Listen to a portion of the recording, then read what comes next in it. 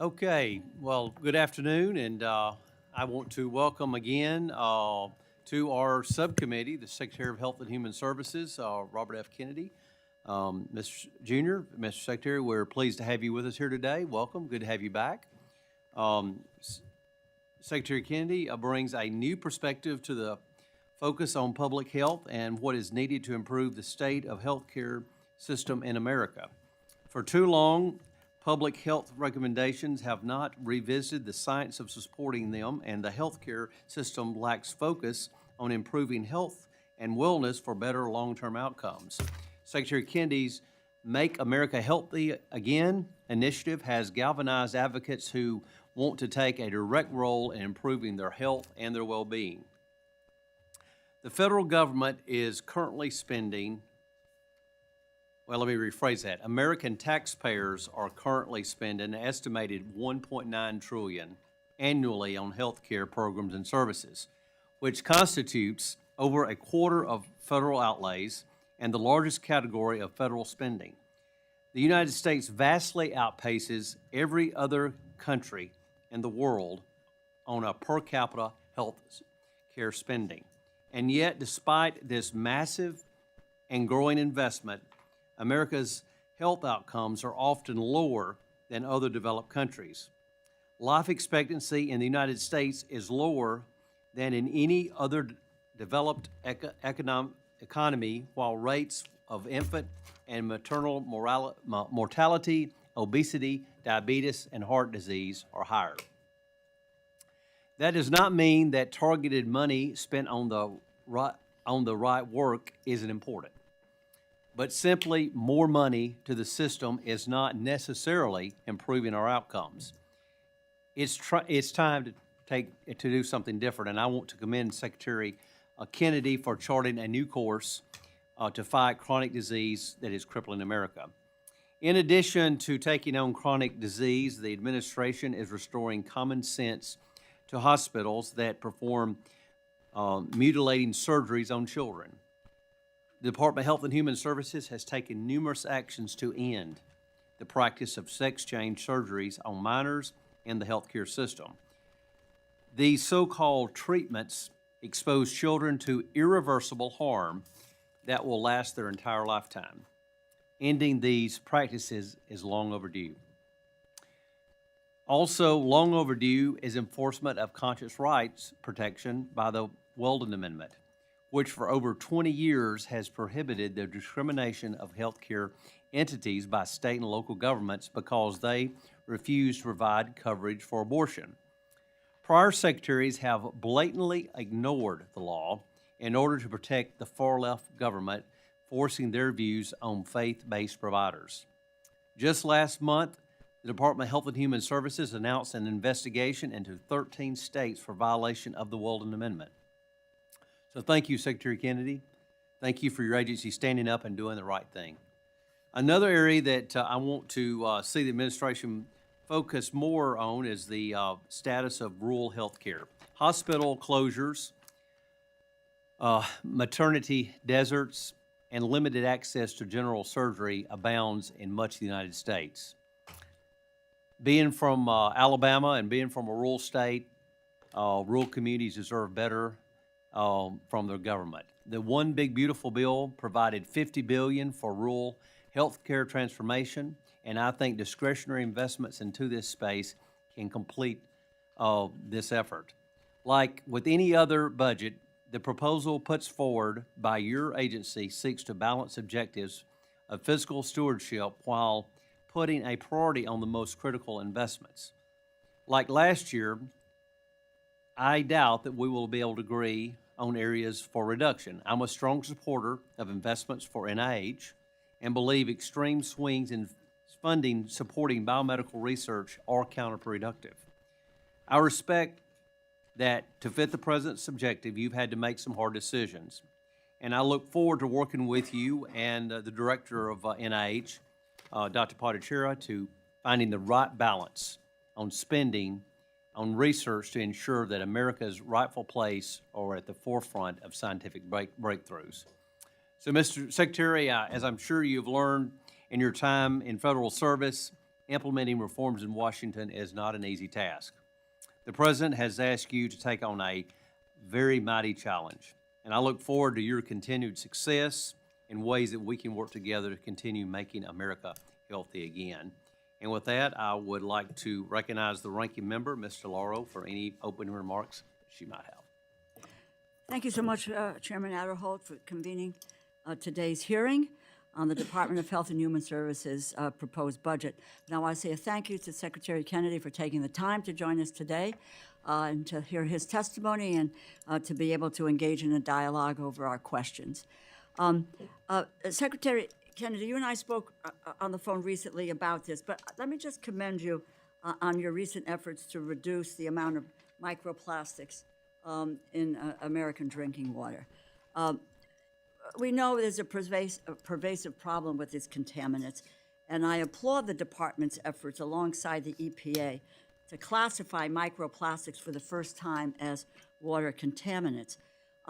Microplastics have been shown to cause damage to our respiratory system, increase our risk of heart attack and stroke, potentially lead to colon and lung cancer, along with a slew of other negative health efforts. They have been found just about everywhere and in just about everyone. Even newborns enter the world with microplastics already in their bodies. And I did mention this to you on the phone, and for anyone who wants to bother to take a look, there is a book out called Plastics, Inc., The Secret History and Shocking Future of Big Oil's Biggest Bet.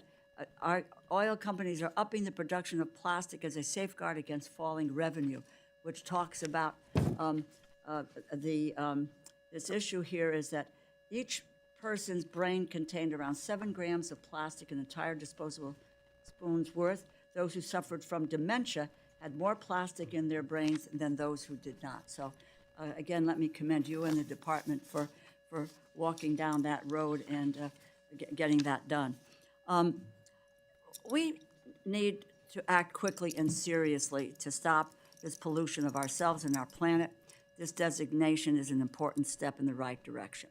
I was very proud of the work that Chairman Adderholt and I and every member of this subcommittee were able to do earlier this year on the fiscal year 2026 funding bill for the Departments of Labor, HHS, and Education. It illustrates that despite partisan divisions, we can still come together on a bipartisan basis, negotiate in good faith, and forge an agreement that passed overwhelmingly. I was extremely disappointed to see that the White House budget request did not build on that progress we made, but instead has proposed extreme cuts to programs that the American people rely on. Mr. Secretary, the budget request proposes a $16.5 billion cut to health agencies funded by this subcommittee. That adds up to 14%. And frankly, it signals a lack of good faith on the part of the administration and indicates to me a shameful reversion to the same extremism we found in the pages of Project 2025. The president is failing the American people. He is failing to bring down the rising cost of living, which he promised to do again and again on the campaign trail. Instead of taking any action to bring down costs, he has called affordability a, quote, con job, a hoax. Just the other day, he said, and I quote, the United States can't take care of daycare or Medicare or Medicaid because, quote, we're fighting wars of choice, not necessity, that the vast majority of Americans are opposed to. The president wants to increase funding for the Pentagon by $500 billion to fight his wars overseas. Meanwhile, his budget proposal includes no increase in funding for child care. Inflation is surging. The cost of gas, groceries, everyday necessity is climbing day by day. And all of this administration has done is to start more wars, raise more tariffs, create more uncertainty, but no relief for the American people.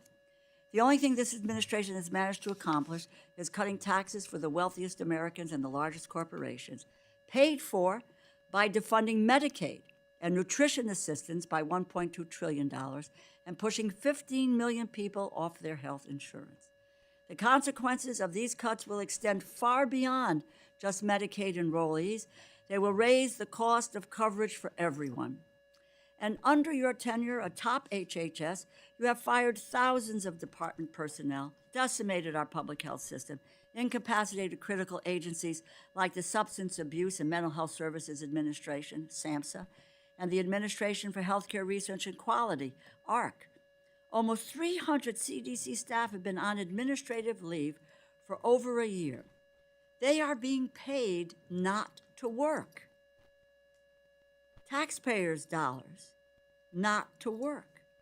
Officials at SAMHSA have not directly responded to inquiries from this committee for a full year, undermining our oversight responsibility. The HHS funding bill we passed in January requires monthly agency briefings for the committee, but not a single one has been scheduled. It has been even longer since AHRQ awarded funding for a new research grant, and as far as we can tell, they have ceased to function as independent health agencies. Over the past year, Mr. Secretary, you have terminated hundreds of NIH research grants, not because there was any problem with the research being conducted, not because they were breaking any rules, but because they were researching issues that you just personally do not like. We must fund research that is based on scientific evidence and not on subjective opinion. This administration has extorted public universities in order to extract ideological concessions. Again, the problem here was not that they were engaged in misconduct, but that you just did not agree with them politically. You choose to use your power to force them to agree with you, and this is a pattern that extends beyond public funding for health research. In August, you fired the director of the CDC, Susan Menares, because she refused to put blind loyalty to your own personal beliefs above empirical data and scientific research. You replaced the CDC's vaccine advisory panel with people who share your anti-vaccine agenda. Fortunately, a federal judge blocked their attempts to gut the childhood immunization schedule. The judge correctly ruled that your handpicked advisors were, quote, distinctly unqualified, unquote, due to their lack of vaccine experience. You are the Secretary of Health and Human Services. You've been in this position for 14 months. If you still claim today that you have not, quote, seen the evidence that supports vaccines, it's a remarkable failure of leadership and an evidence of a refusal to avail yourself of information that is extremely relevant to your role in government. Some of the leading experts in this field work at the CDC, but it's my understanding that you are unwilling to even meet with them. In 2025, measles cases in the United States shot up to more than 2,200.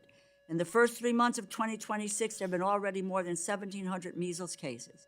We have seen outbreaks in South Carolina, Texas, Florida, and Utah.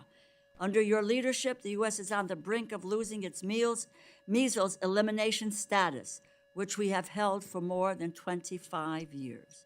In January, HHS attempted to block $10 billion in federal funding for child care and assistance for needy families in 5 states with Democratic leadership.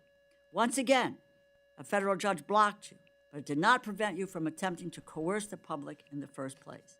Now we are more than halfway through the fiscal year, and grant-making at HHS has slowed to a trickle. The administration is withholding billions of dollars owed to states and communities, money that came from their taxes. For the last 10 weeks, OMB has used unprecedented 15-day funding schedules to prohibit HHS agencies from making the grants to carry out their programs, which is the core function of many HHS agencies. And only this week, as you are testifying before Congress, did the OMB finally release those funds. It should not take a congressional hearing for OMB to release funds appropriated by Congress to your agencies. So, Secretary, you are the Secretary. OMB is not the Secretary of HHS. The Constitution is clear. Congress has the power of the purse. It is the executive branch's job to execute the laws we pass, not manipulate the process to advance a partisan agenda. The president's budget proposes to cut funding for NIH research by $6 billion. We are not going to do that. I just will tell you that right now. You propose cutting CDC funding by 30%. We are not going to do that. You propose eliminating the Substance Abuse and Mental Health Services Administration, which helps prevent overdose and supports people with substance use disorders, and we are not going to do that. You propose eliminating the LIHEAP program, which would raise energy costs for 6 million American households, even as President Trump's war with Iran has led to a 40% increase in the price of gas. You can be sure we are not going to do that. None of these proposals make Americans better off. All of them make it more expensive, more difficult for people to live their lives. Mr. Secretary, you cannot strengthen public health systems by defunding the CDC. You cannot support medical research by cutting $6 billion from the NIH, and you cannot improve access to quality health care by kicking 15 million people off of their health insurance. We'll have more questions, Mr. Secretary, when the time comes. I look forward to your testimony and look forward to engaging on the question and answer. Thank the Chair, and I yield back. Thank you, Ranking Member. At this time, I'll recognize the Secretary for his comments.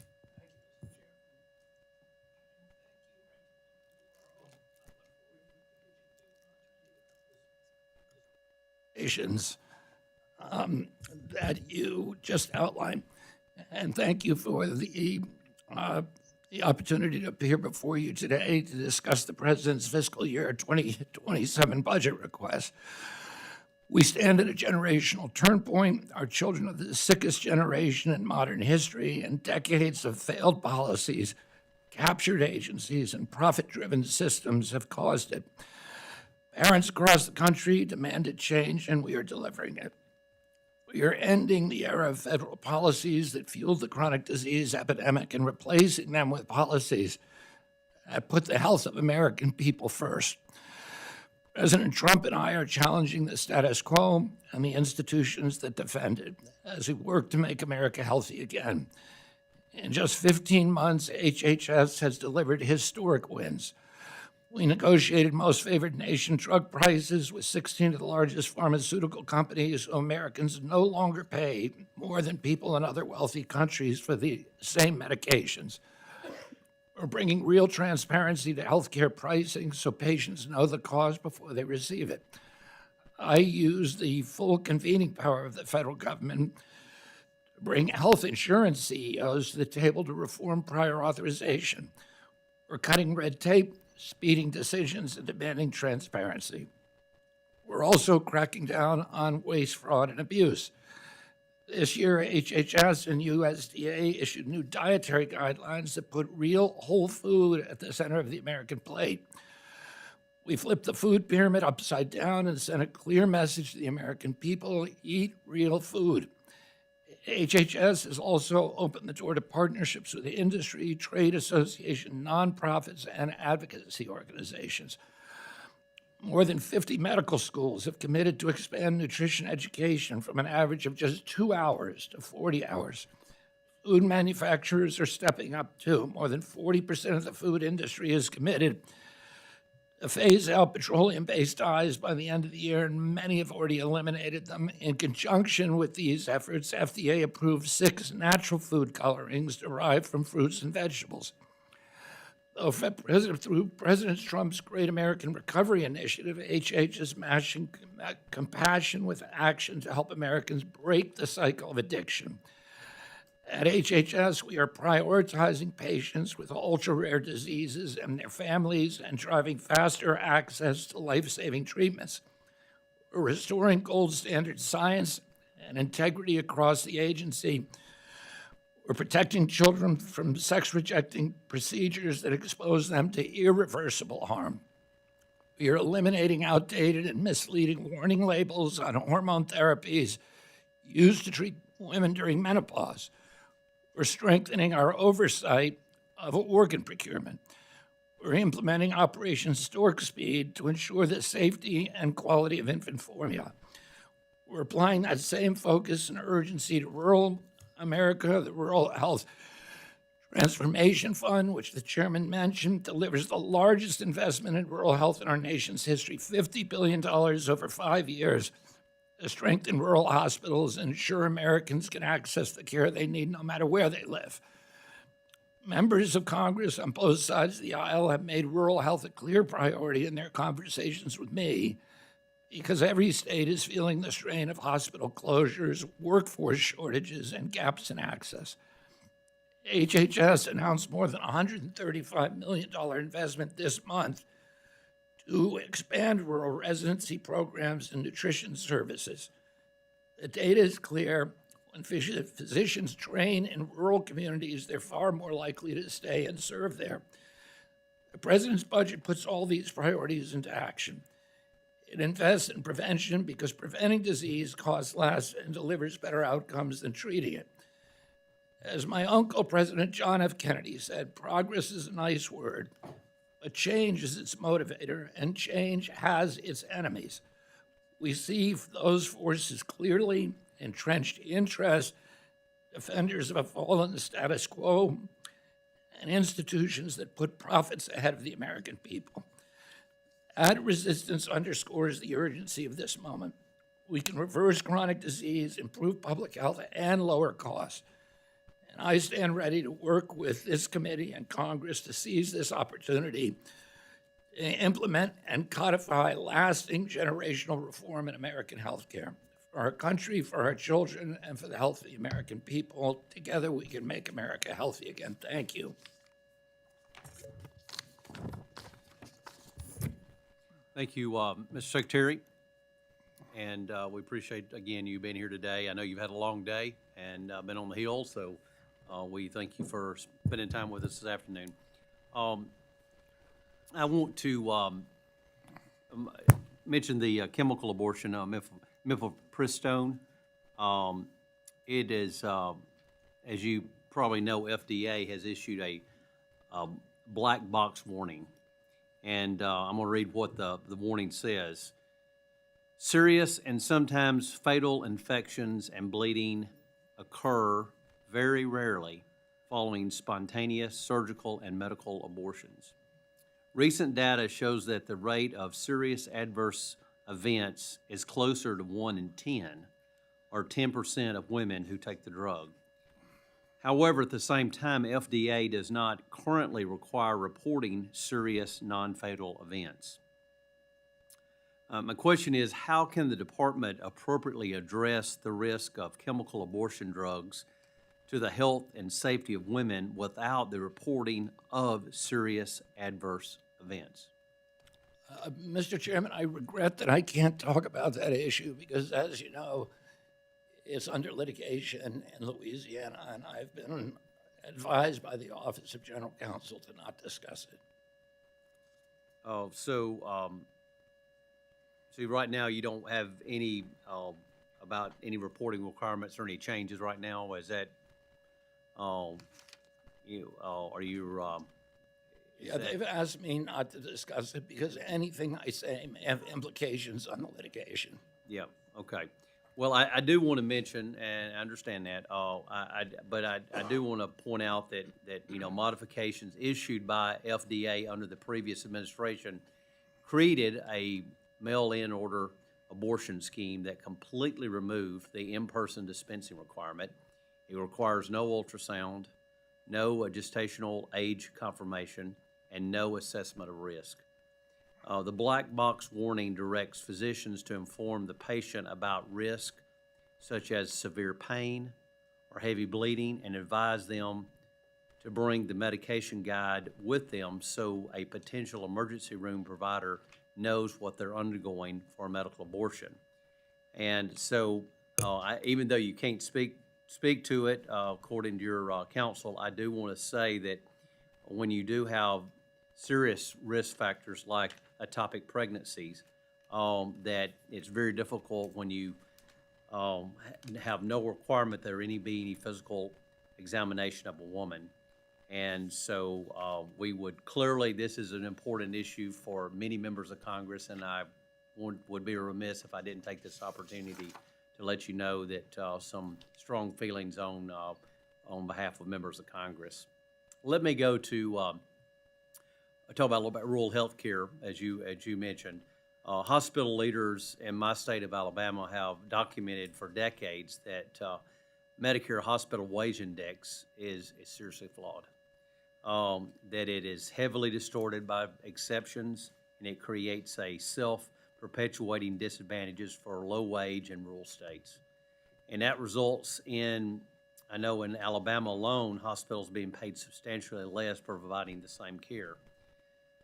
My question is, how is CMS evaluating whether the current wage index methodology accurately reflects true labor market costs today?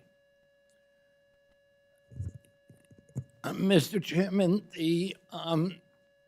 as you know, the Social Security Act makes it, requires any changes in the wage area index to be budget neutral. And so making changes in it is very complex because if you raise somebody's compensation, you're choosing to lower somebody else's compensation. And ultimately, this is it's a problem that is, as you say, helping to destroy rural hospitals. We've lost 120 rural hospitals since 2010, but it's something that we can't fix at HHS. We need Congress to intervene, and we are here to provide technical advice and to work with you to make sure that we get something that works. Yeah, well, like I say, in CMS and evaluating whether the current wage index methodology accurately reflects the true labor cost, I think that's something that should be looked into if they could look at the true labor cost, and then they could help Congress determine a statutory solution to it. So getting that information to Congress and how it is substantially different for rural areas and how that methodology doesn't really reflect the true market cost, I think is something that the department could take a look at. Do you agree? I'm happy to work with you and to bring Dr. Oz in to work with you on possibly developing that kind of study. And that's what the request would be, is we want to, have the information so we can, where the information's laid out, so Congress, if it need to be, we can determine statutory solutions to it. And with that, I will now recognize the ranking member. Thank you, Mr. Chairman. I would just make this reference to you. This is a different tack on rural health. There's a $50 billion rural health fund. This article talks about is coming up short, and that will be a very detrimental effect on rural hospitals and their abilities to stay open. My time is limited, Mr. Secretary, so I'm going to ask a couple of quick yes or no questions to start. Tobacco is the leading cause of death and disease in the United States, killing 500,000 Americans every year. Do you think it's important to prevent youth from starting to use tobacco? Yes or no? Yes, I do. Okay. Do you think it's important to raise awareness about pregnancy-related complications that lead to women dying? Yes or no? Yes, I do. Okay. On April 1st, it marked 1 year that American taxpayers are paying nearly 300 CDC staff, including those who work on tobacco prevention, maternal mortality, and disability in health, which advises a program synonymous with the Kennedy Shriver name, Special Olympics, to be on administrative leave. For more than 1 year, public health experts are being paid not to work. Waste of taxpayer dollars, $38 million. You can bring these staff back from administrative leave, just as you brought back the CDC employees focused on occupational health. Can you commit to bringing back these experts from administrative leave and really end this wasting of taxpayers' funds? I expect that President Trump, I believe that he is going to release the nominations of the new team at CDC, including the new CDC administrator or director this week, hopefully today or tomorrow, and that decision will be in their hands. Okay, but you could bring back, as you did, the folks with regard to a focus on occupational health. But from your point of view, can you bring these folks back that have been on administrative leave? These are people who were, your employees.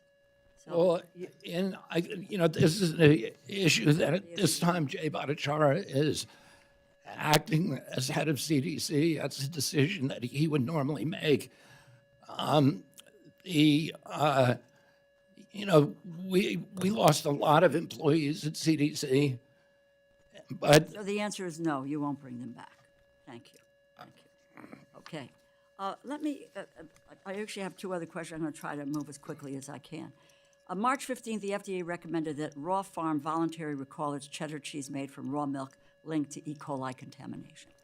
April 2nd, after 18 days, company finally initiated voluntary recall, but only, quote, under protest, according to the gentleman in charge, Aaron McAfee. 18 days, 18 days.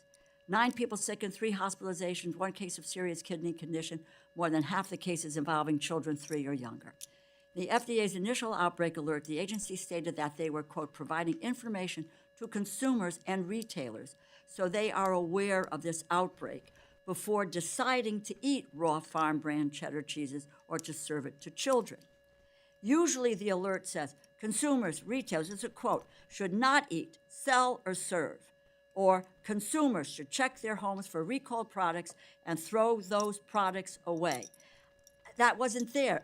I quite frankly, never have seen anything like this with regard to roll call. Now, I know, Mr. Secretary, that you have been a staunch advocate of raw milk, positioning it as a, quote, superfood, a key element of Make America Healthy Again. You talk about it reducing chronic disease. You describe the FDA's aggressive suppression, that's a quote, of natural unprocessed foods. You said that you've drinking it yourself, despite federal health agencies' warning of safety risks. And you have said that you promised to end what you called the Food and Drug Administration's, quote, aggressive suppression of raw milk.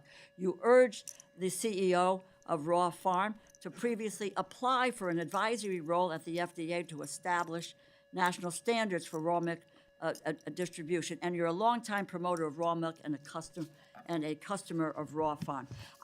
I just have to ask these questions, Mr. Secretary. Did you or other senior officials exert any influence in the way the FDA alerted consumers about this outbreak?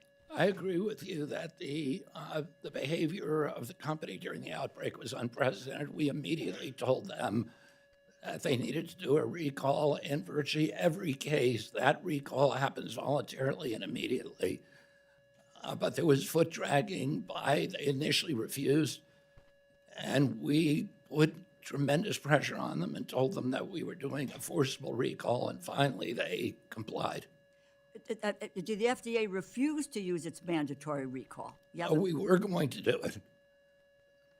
Usually we don't have to. In virtually every case, right, we should use it the more company often, steps up and voluntarily removes it, and this company was intransigent, let me put it that way. I just have, I having, said what I said, and what your view is on raw milk, unpasteurized milk, and the FDA's website says raw milk, unpasteurized milk can harbor dangerous germs that can pose serious health risks to you and your family. You have your own personal views about raw milk. They cannot be part of a health protocol. Well, the raw milk is not regulated by the federal government. Congresswoman DeLaura. Unpasteurized milk. Yeah, it's regulated by the states. It's not regulated by us. Well, they can I'm not sure what legalize your it within question their is. borders. We don't regulate it. FDA does not regulate it. It's regulated by the It can't be states. circulated across Some states state allow lines. it, some states do not. It's up to the state. It's not up to us. Well, you are the head of the Health and Human Services. If raw milk has the ability to put 9 people into the hospital, serious kidney disease, more than half the cases involving children 3 years and younger, you are the Secretary of Health and Human Services. Is there not some moral responsibility or compunction to say, don't drink raw milk? Don't do that because it's unpasteurized and it can cause you serious harm to your health. Is that not you view as your responsibility? You just pointed out that processed cheese can also contain contaminants. Every product can contain contaminants. What we do Secretary, is we inform the public.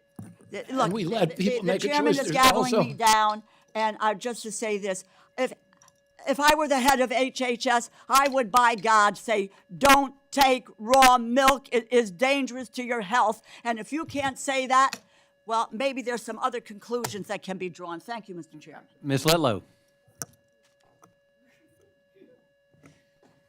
Thank you so much, Mr. Chairman. And Secretary, thank you so much for being with us today.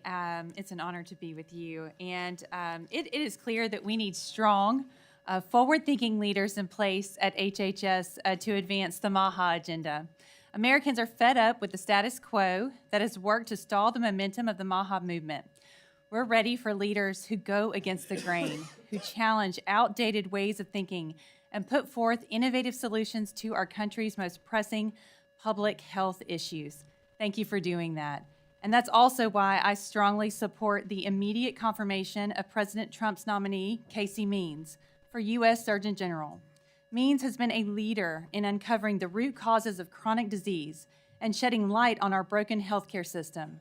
Through her work, she has amplified the concerns of American families, especially mothers, whose opinions and decisions on their children's health care have too often been an afterthought rather than a priority. Secretary Kennedy, can you elaborate why Casey Means' nomination for U.S. Surgeon General is critical to advancing the MAHA agenda, and how will a continued delay affect the American people? Thank you, Congresswoman. Casey Means is the most articulate, eloquent, and erudite evangelist for the MAHA movement. She wrote the Bible on metabolic health, a best-selling book that has changed the way that people think about metabolism. She was #1 in her Stanford Medical School class. She practiced medicine for a while until she realized we were in a sick care system. We weren't. She was healing people who never should have been sick. She decided to devote her life instead to actually preventing disease by educating mothers, educating the American people. And, you know, Casey Means is not a political person. She is just a very, very effective evangelist for the kind of changes that we need to end the chronic disease epidemic in this country. And I hope that she gets support.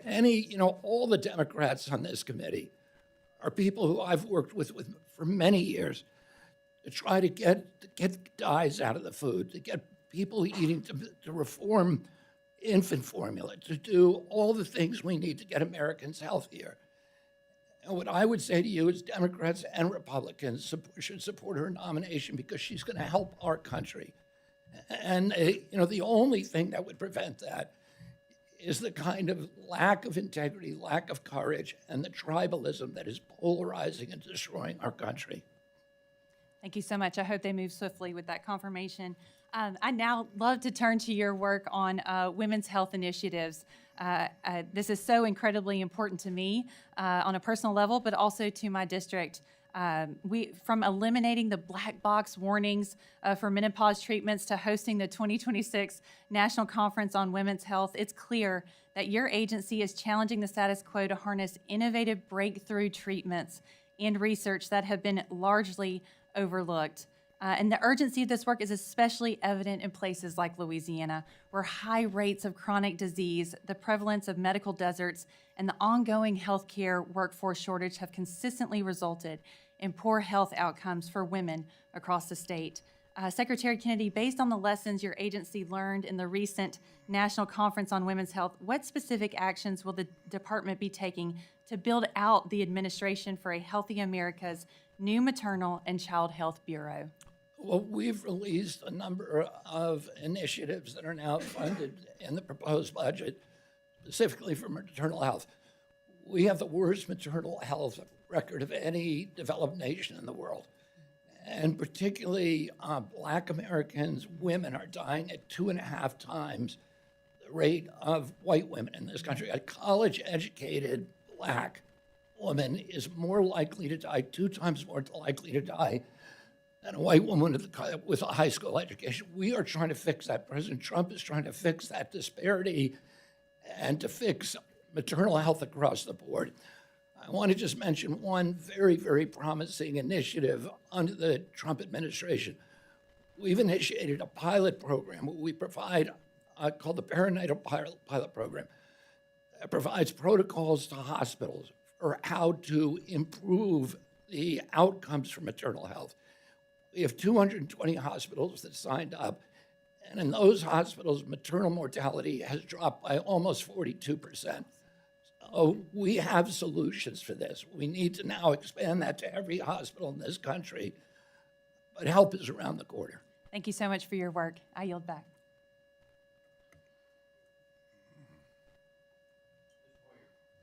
Thank you very much, Mr. Secretary. It's always good to see you. I have 77,000 federal employees in my district, so it will not surprise you that I'm going to ask some questions to deal with FTEs and the ability of your agency to respond to the challenges that you put forward that we all know are challenging the health of our country. But you need people with talent, with expertise, and with conviction to pursue solutions.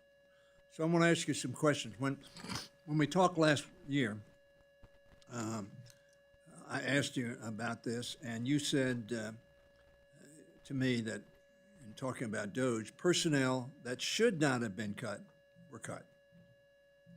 I don't know whether you still believe that, but that's what you said last year. How many full-time employees do we have in HHS now, which includes? Last year, when I talked to you, there were 62,000 down from 82,000.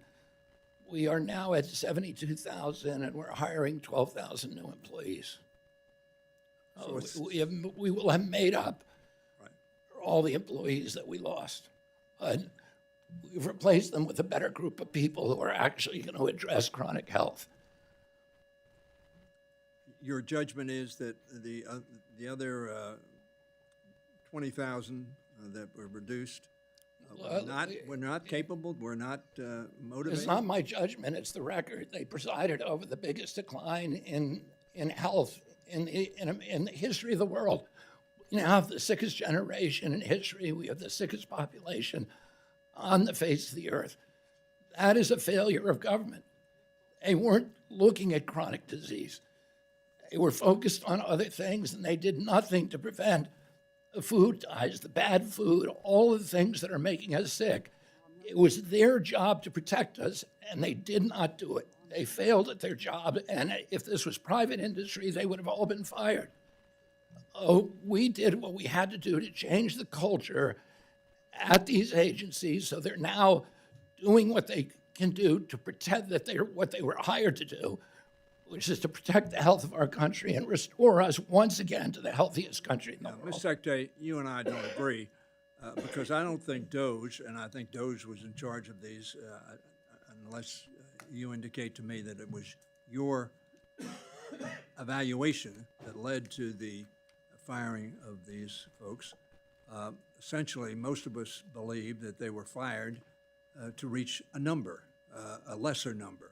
It is ironic that you've just told me we've reached back to that number because if you're telling me that DOGE and the people who resulted in the firing of those folks or forcing them to retire was made on the basis of ability and talent, I hear what you're saying about the result, but I don't think that's accurate.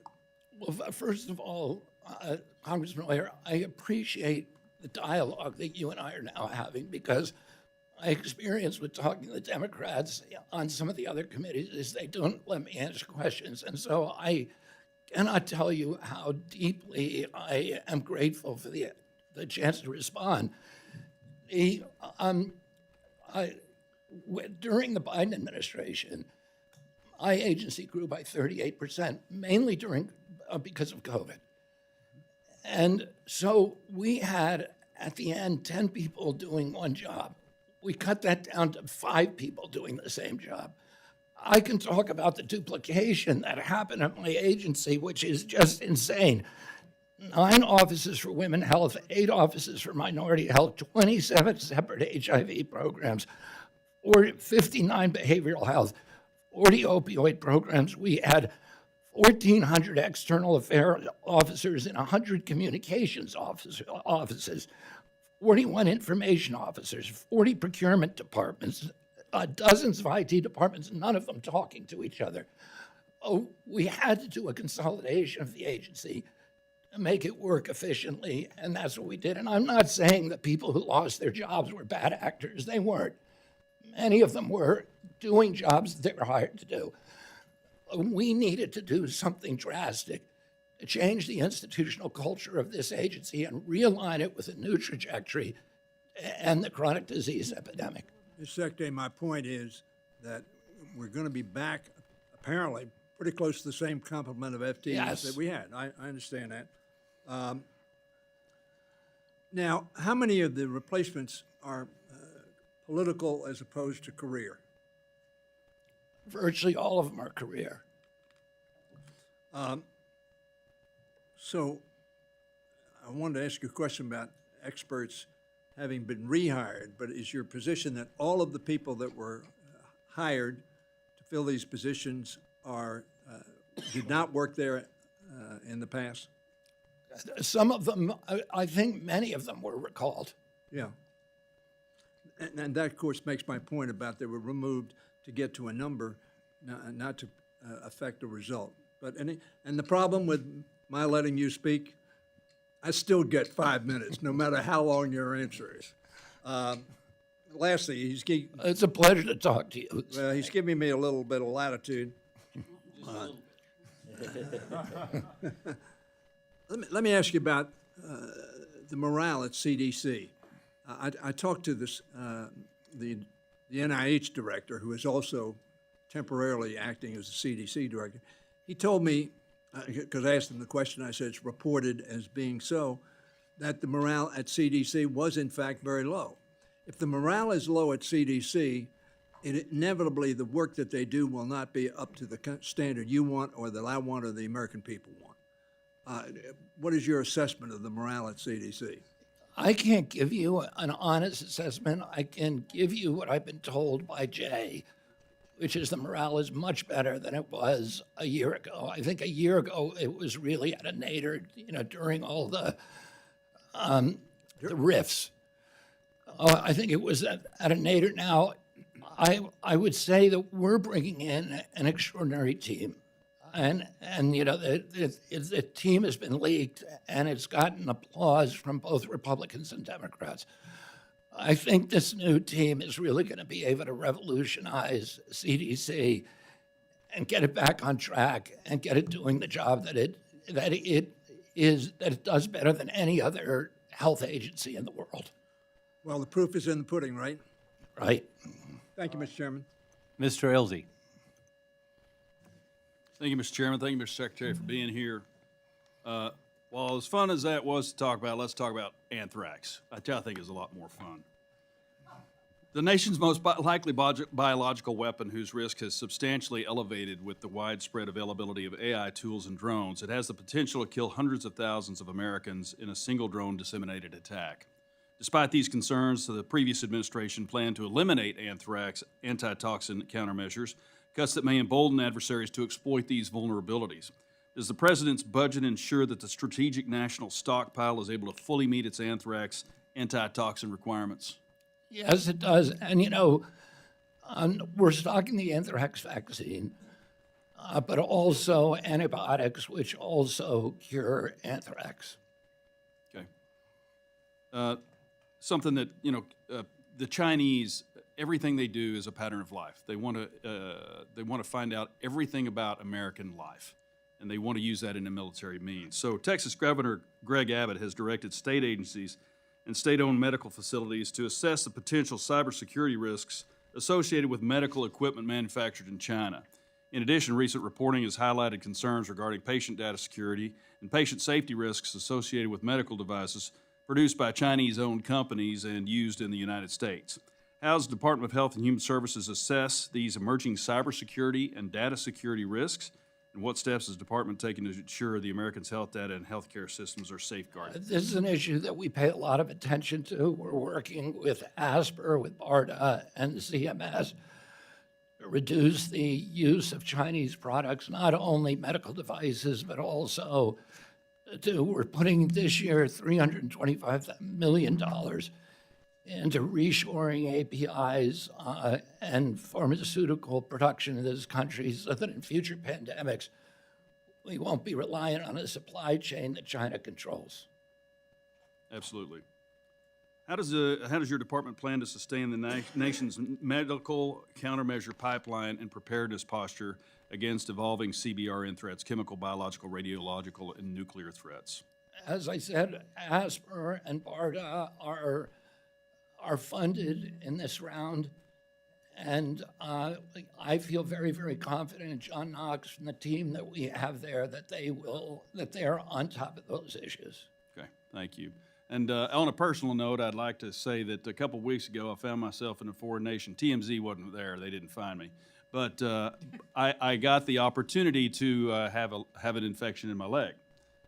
Probably too much information, but the point I'm trying to make is this: I got to go to a National Health Service hospital where nobody was kind, nobody was caring, and they gave me just enough sugar tablets to leave the hospital and not die. So I just want to say that coming back home and getting medical care, we still have the best medical care in the country. Nobody is denied service. You get exactly what you need, and I'm proud to be an American because of that. So thank you for the job that you're doing and the work that you're doing. And agreed on your assessment of the quality of healthcare in this country. It's the best. We have other problems.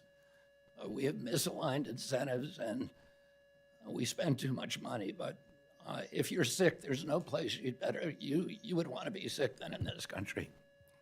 Mr. Spokane. Thank you, Mr. Chairman. Thank you, Mr. Secretary.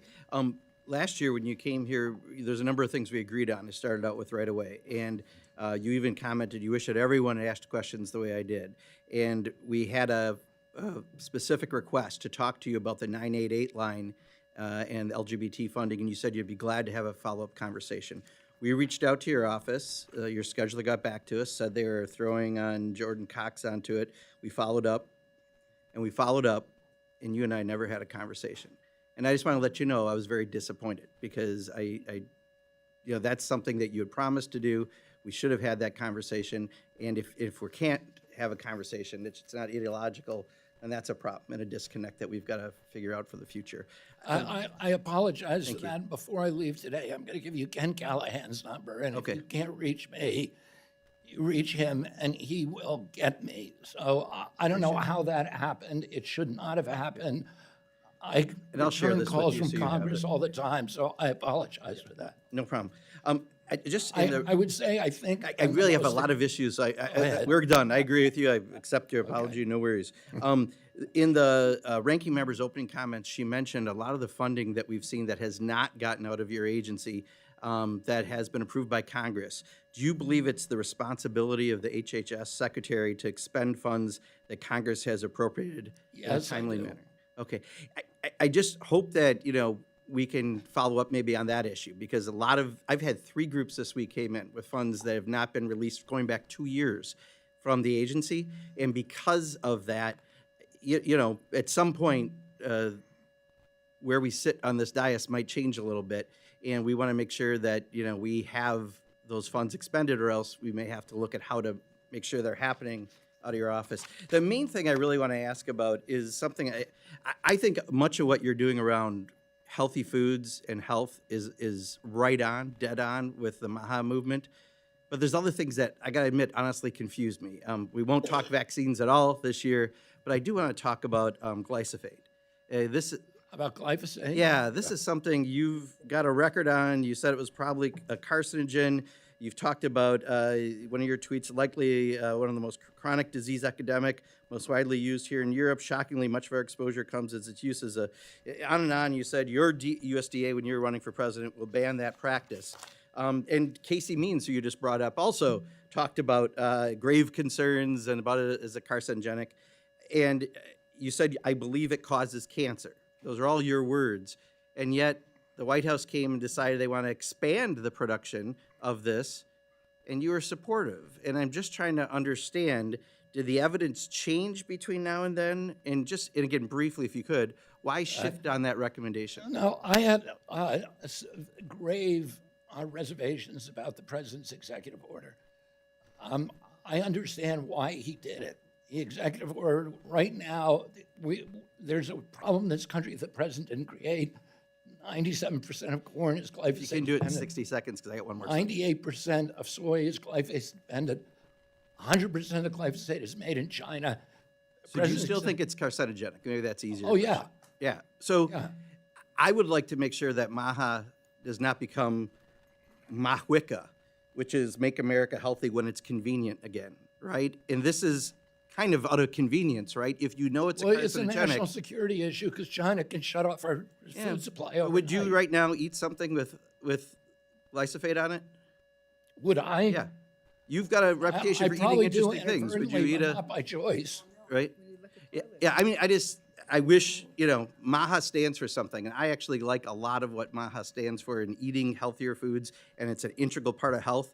But if we're not consistent on it for whatever reason, we don't really have a MAHA movement. I just want to express that concern. The president has put more money into developing alternatives for glyphosate than any other president. My agency Gotcha. spent But right now, $200 million. you're saying it's okay to have a known carcinogenic I don't think substance, it's and that's okay. my concern. I think Yeah. we inherited a problem in this country. Gotcha. I would just China like one more controls subject our if I food could. supply. I'm trying not to be rude. I really Okay, appreciate go it. I ahead. just have one last one because in my district, we have something called Ridgeland Farms that's a beagle breeder for research. They've had 311 code violations, including very serious harm to the health of dogs.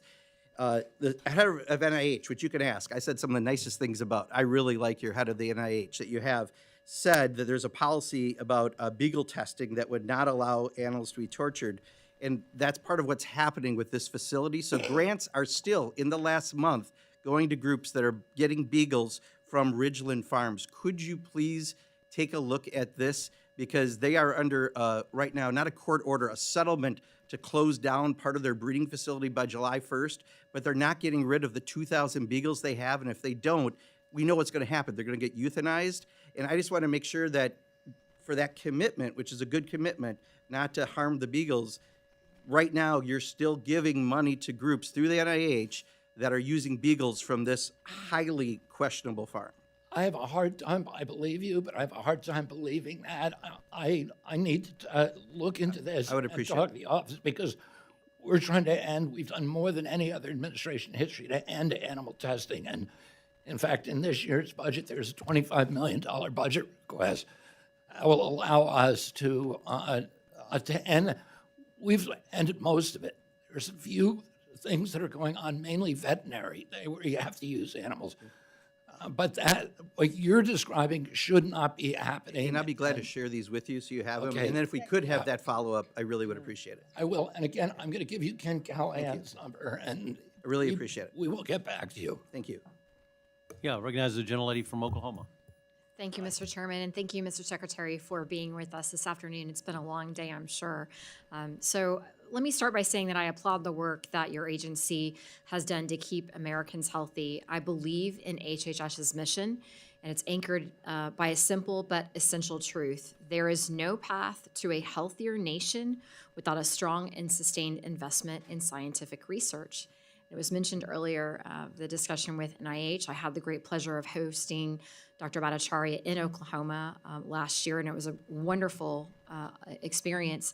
I believe that sustained strategic investment in NIH will maintain our global leadership in biomedical science, accelerate medical breakthroughs, and confront the chronic disease epidemic that burdens families across this country. A robust and reliable NIH budget is the cornerstone of that mission.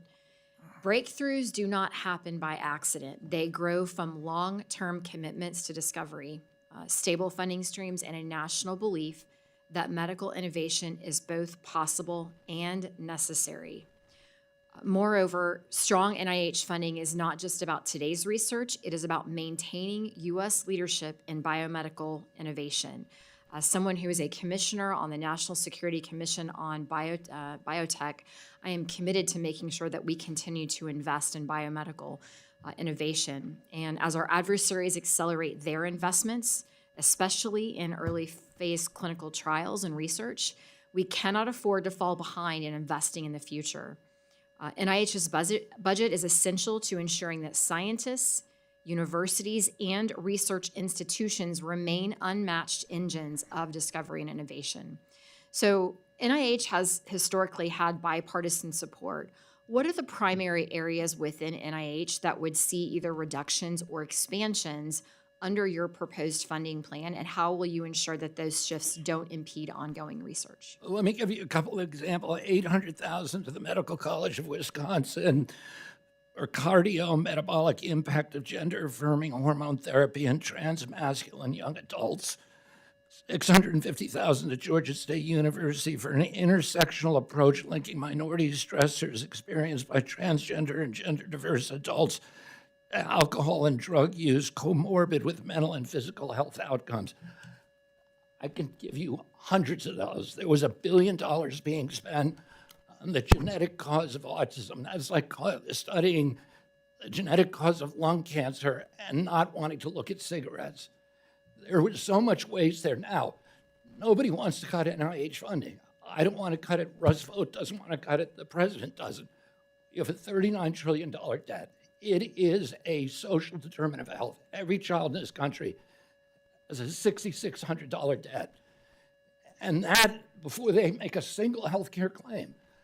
And so we've been asked to cut by 12% across my agency, and all of those cuts are painful.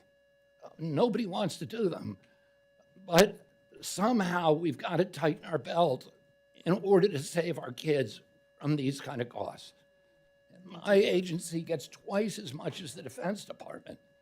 We're spending a lot on healthcare, but we're also recalibrating NIH spending, so $30 billion of it is going to chronic disease, which they've never studied before. We're going to find out what the causes are, what the etiology is, and how to eliminate those exposures. Thank you. You warned in your testimony that China now conducts more phase 1 clinical trials than the U.S., citing this as a competitiveness risk. What measurable outcomes should Congress expect from the FY27 NIH investment to reverse the trend? Can you repeat the first sentence? Sure. You warned in testimony that China now conducts more phase 1 trials than the U.S.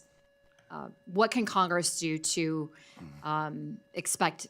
What can Congress expect from the FY27 NIH investment that will reverse this trend? I mean, we're already doing. We are accelerating drug approvals like it never happened before. We're also doing more surprise inspections in China because they're using unethical practices to steal our IP, to steal our best scientists, to steal our doctors.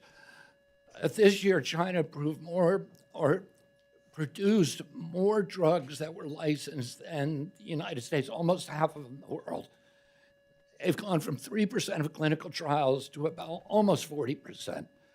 Oh, they are eating our lunch, and we are responding. You know, Arnie McCary just approved 2 new drugs, oncology drugs, one in 55 days and one in 44 days, the fastest in history.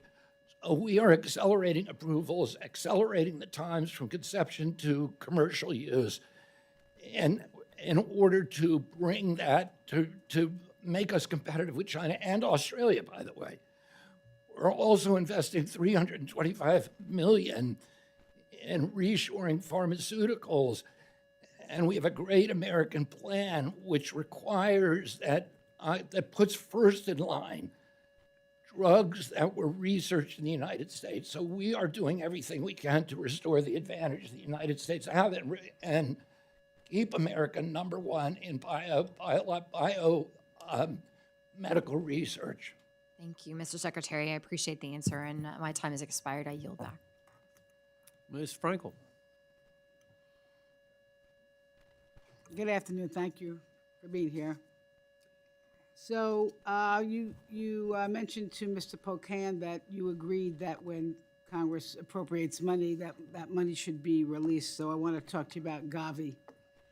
Gavi is an organization that procures vaccines for use in developing countries, mainly in Africa, to help prevent deadly diseases, including malaria, measles, Ebola, yellow fever. Since 2000, Gavi has helped prevent nearly 20 million deaths, mostly children, and stopping deadly diseases before they spread. It's one of the most effective tools we've had to prevent outbreaks from reaching our shores. Now, Congress, in a different subcommittee, but with the full budget, we appropriated $300 million to Gavi, both in F-25 and F-26. None of this funding has been released, and we have told, the State Department has told us they're waiting for your approval at HHS to obligate these funds, and that you are holding up based on unproven anti-vaccine beliefs. So I want to just say this. I'm not going to get into an argument with you, but these funds must be released immediately. It was a bipartisan appropriation, and we're trying to keep people alive and keep people healthy. That's number one. Number two, I want to go to a little different subject, which is Medicaid. In Florida, we have 4 million people on Medicaid. Half of them are children. And right now, Florida's hospitals receive standard Medicaid reimbursements at only 50% of the care. To close this gap, Florida uses the state-directed payment program, which is a federal program, to secure additional federal funding for the hospitals. And they're providing essential services to our low-income populations.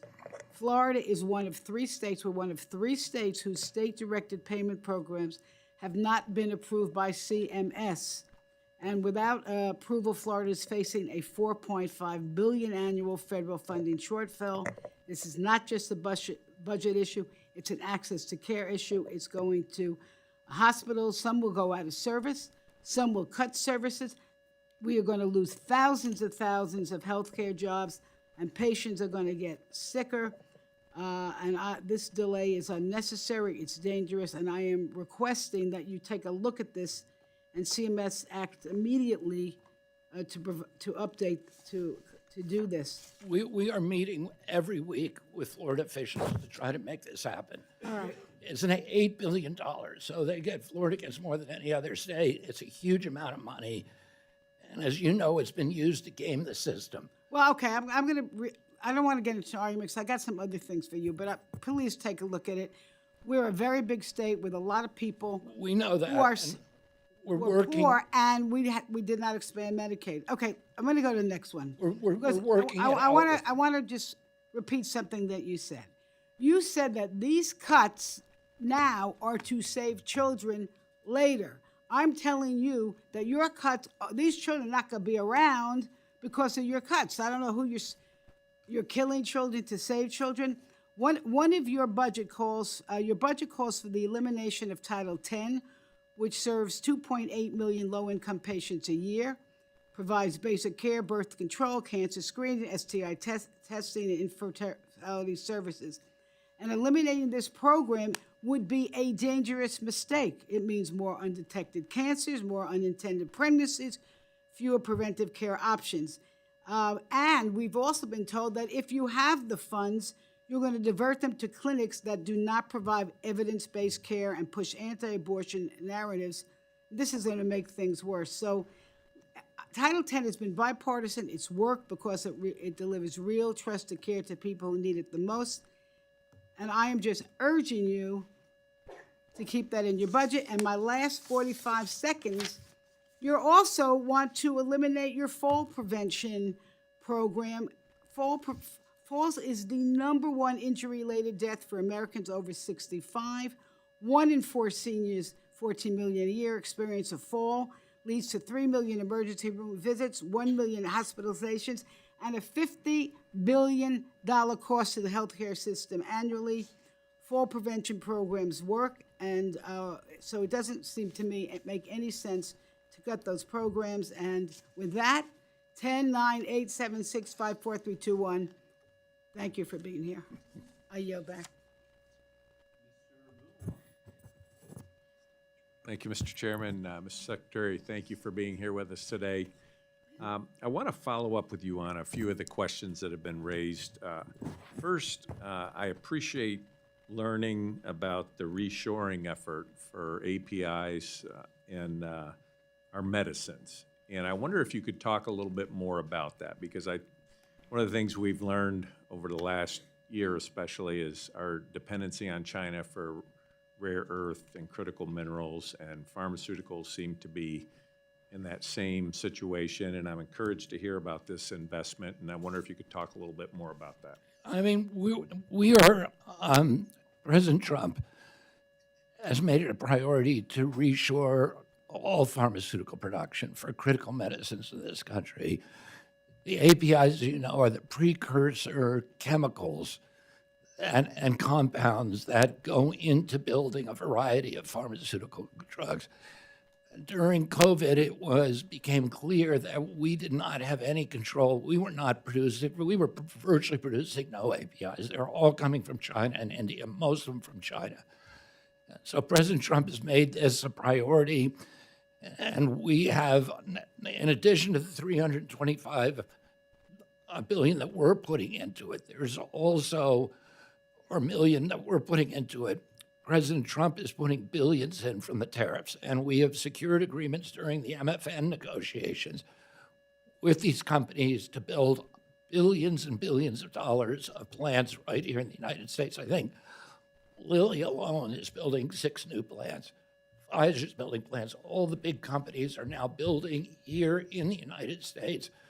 We're going to be in a lot more secure position 2 or 3 years from now than we are today. Wonderful. Does BARDA need any more contracting authorizations to help accelerate domestic production? You know what? I will have to meet with you. I know we have a slightly expanded power under the last bill, and I need to meet with my staff over there to see if there's something additional that we need, and I appreciate that offer, and we will get back to you. Okay, thank you. Also wanted to follow up with you on some of the unethical practices used by China, because one of the concerns with their clinical data is sometimes it may be linked to forced labor or other human rights abuses. Is there anything HHS can do about those kinds of? Well, yeah, before we came in, there were no surprise inspections, and now we're doing that, and we're doing a lot of them. We're doing surprise inspections over there to make sure that they have their IND, to make sure that they have their IRB approvals, and to make sure that they're conducting this ethically, that they're not, going to minority groups and forcing them to participate in studies where they have no choice over. And that's something that we've seen there in the past. Thank you. Rural providers increasingly vulnerable to cyber attacks that can disrupt care and compromise patient data. Is there anything HHS can do to help these providers strengthen their cybersecurity before an attack and then also maintain operations after an attack? Well, the rural health, I think that there's 2 things. I can't answer that with the specificity that you deserve. I can say the Rural Health Transformation Fund has a lot of the states have chosen to spend that money on AI and telemedicine, and that has to be very, very heavily armored against cyber attacks. Otherwise, you can get patient information.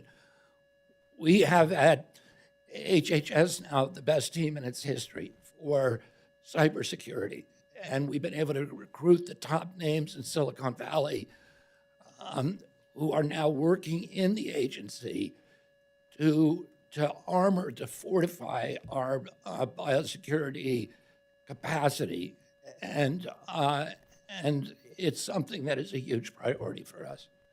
As we move to AI, and they can crack passcodes, and there's a lot of scary things happening and we don't want people stealing patient information.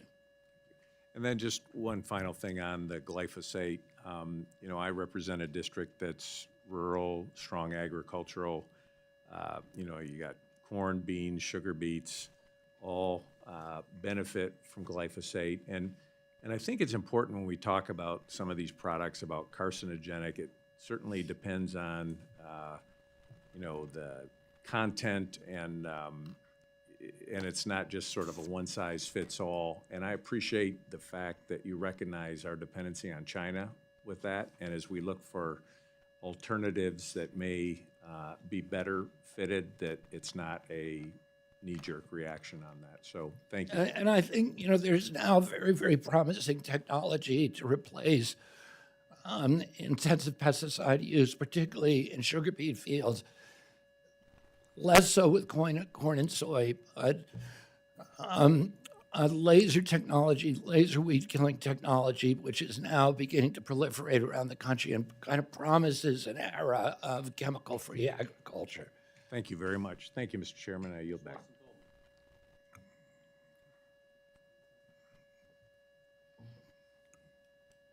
Good afternoon, Mr. Secretary. I want to ask you a question about who were you citing when you said that we have the biggest decline in health and that this is the sickest generation of children? Where does that information come from? I've not read that.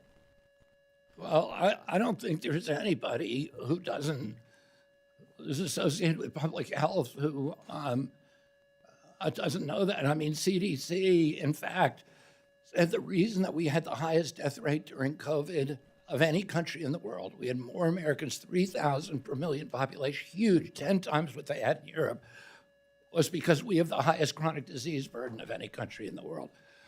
America has higher diabetes, higher obesity, higher heart disease, higher cancer, less lifespan, more fertility issues than any other country, autoimmune disease, neurological disease. If there is any kind of a report, any kind of research, I would just love to read it for myself.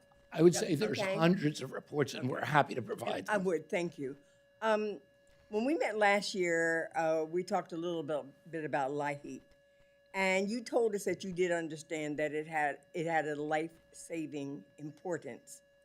And so, however, we look at this and we look at the budget, and once again, it proposes the elimination of this program, which has helped more than 240,000 households in my state of New Jersey alone.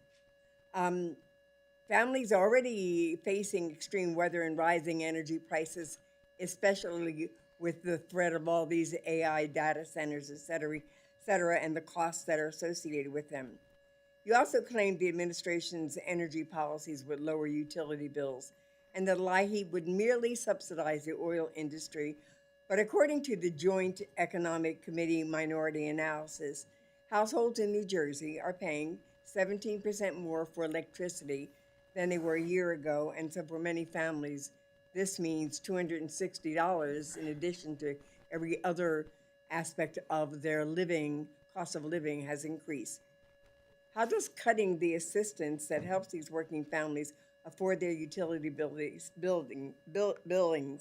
align with making America healthy again? And what do you have to say about saying last year how important you thought this was and the fact that it doesn't exist in this budget? Yeah, I mean, I understand the importance of LIHEAP to communities. My brother Joe was the biggest provider of low-cost home heating oil to families across New England, and I have had people come up to me for years saying, your brother saved my life. I go on the Indian reservations today, and people tell me that people will die on the reservations. I'm well aware. I'm aware of it. I'm aware of your brother's work in this area.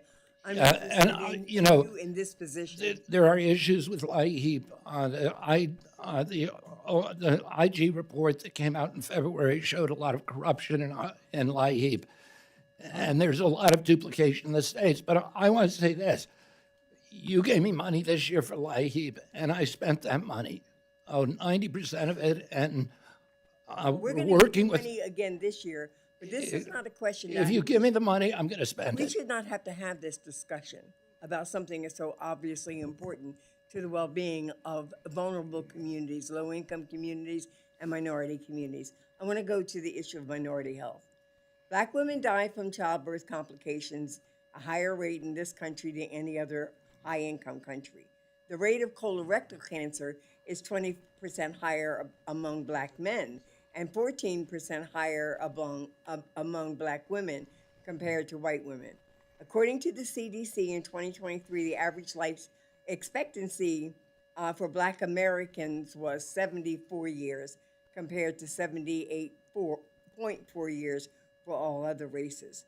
HHS's FY27 budget proposes eliminating the National Institute on Minority Health and health disparities at NIH, as well as the Minority Fellowship Program at SAMHSA, which recognized the disproportionate underrepresentation of minority experts in those fields.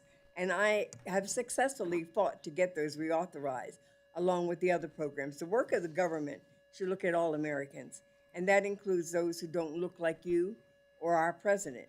So, Mr. Secretary, do you believe that some diseases have a higher incident rate in the minority population than in others? Could you just say yes or no? I do, and I think particularly with chronic disease, the minority population is substantially overburdened. Do you agree that we need to pay particular attention and use our research dollars to try to figure out exactly why similarly situated people, economically, educationally, et cetera, have these disparities simply because of race?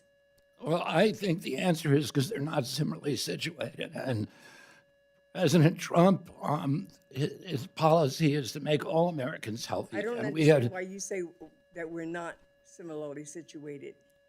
Because in what regard are we not similarly minorities are situated? more likely to live in food deserts. They're more likely to live in neighborhoods That's with exactly why I said to you so they're that not the similarly disparity situated. exists even when there is an equity in education, equity in income, in income, but there still are these disparities that exist, and these institutions that look at and research into why that possibly is happening, they're losing money because of the decisions that you and Donald Trump have made. And I'm asking, how can you believe that that's the right thing to do? President Trump wants to focus on all Americans, get us all healthier again. Thank you, sir. Mr. Clyde. Thank you, Mr. Chairman. And thank you, Secretary Kennedy, for appearing before the subcommittee today. First, before discussing HHS funding, I want to thank you for your work, restoring accountability and protecting personal freedoms in healthcare.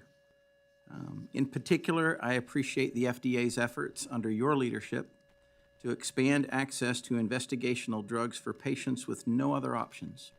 Your personal work in the approval of lamipretide, now known as Forzinity, has been a lifeline for one of my constituents. She was a 5-year-old little girl. Her name was Hope.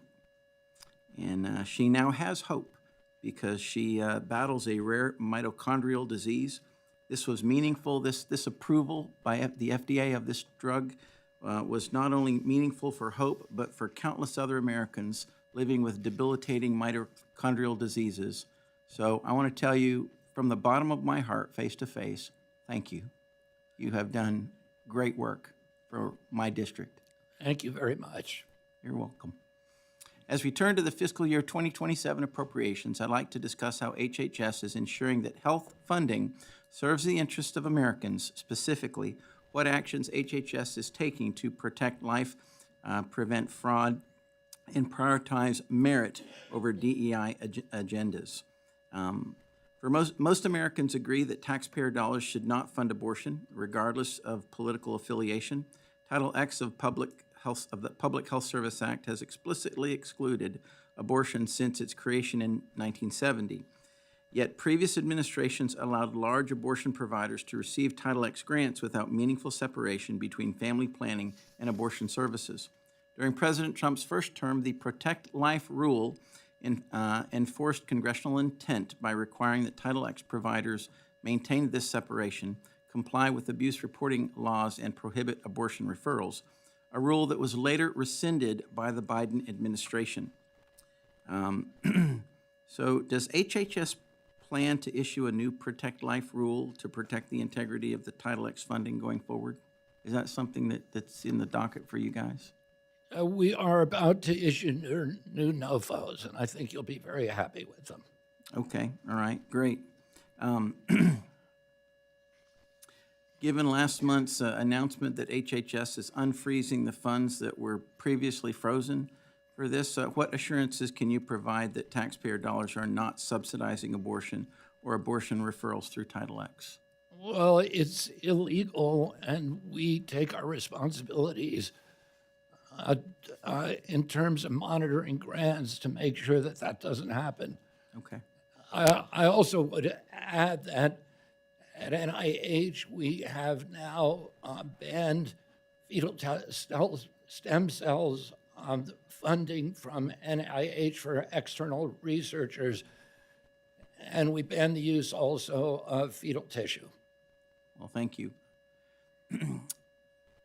So now on the subject of welfare fraud in Minnesota, as we work to restore accountability and ensure taxpayer dollars are used as intended, I want to highlight the billion-dollar child care fraud scheme that was documented in Minnesota, linked to Somali networks.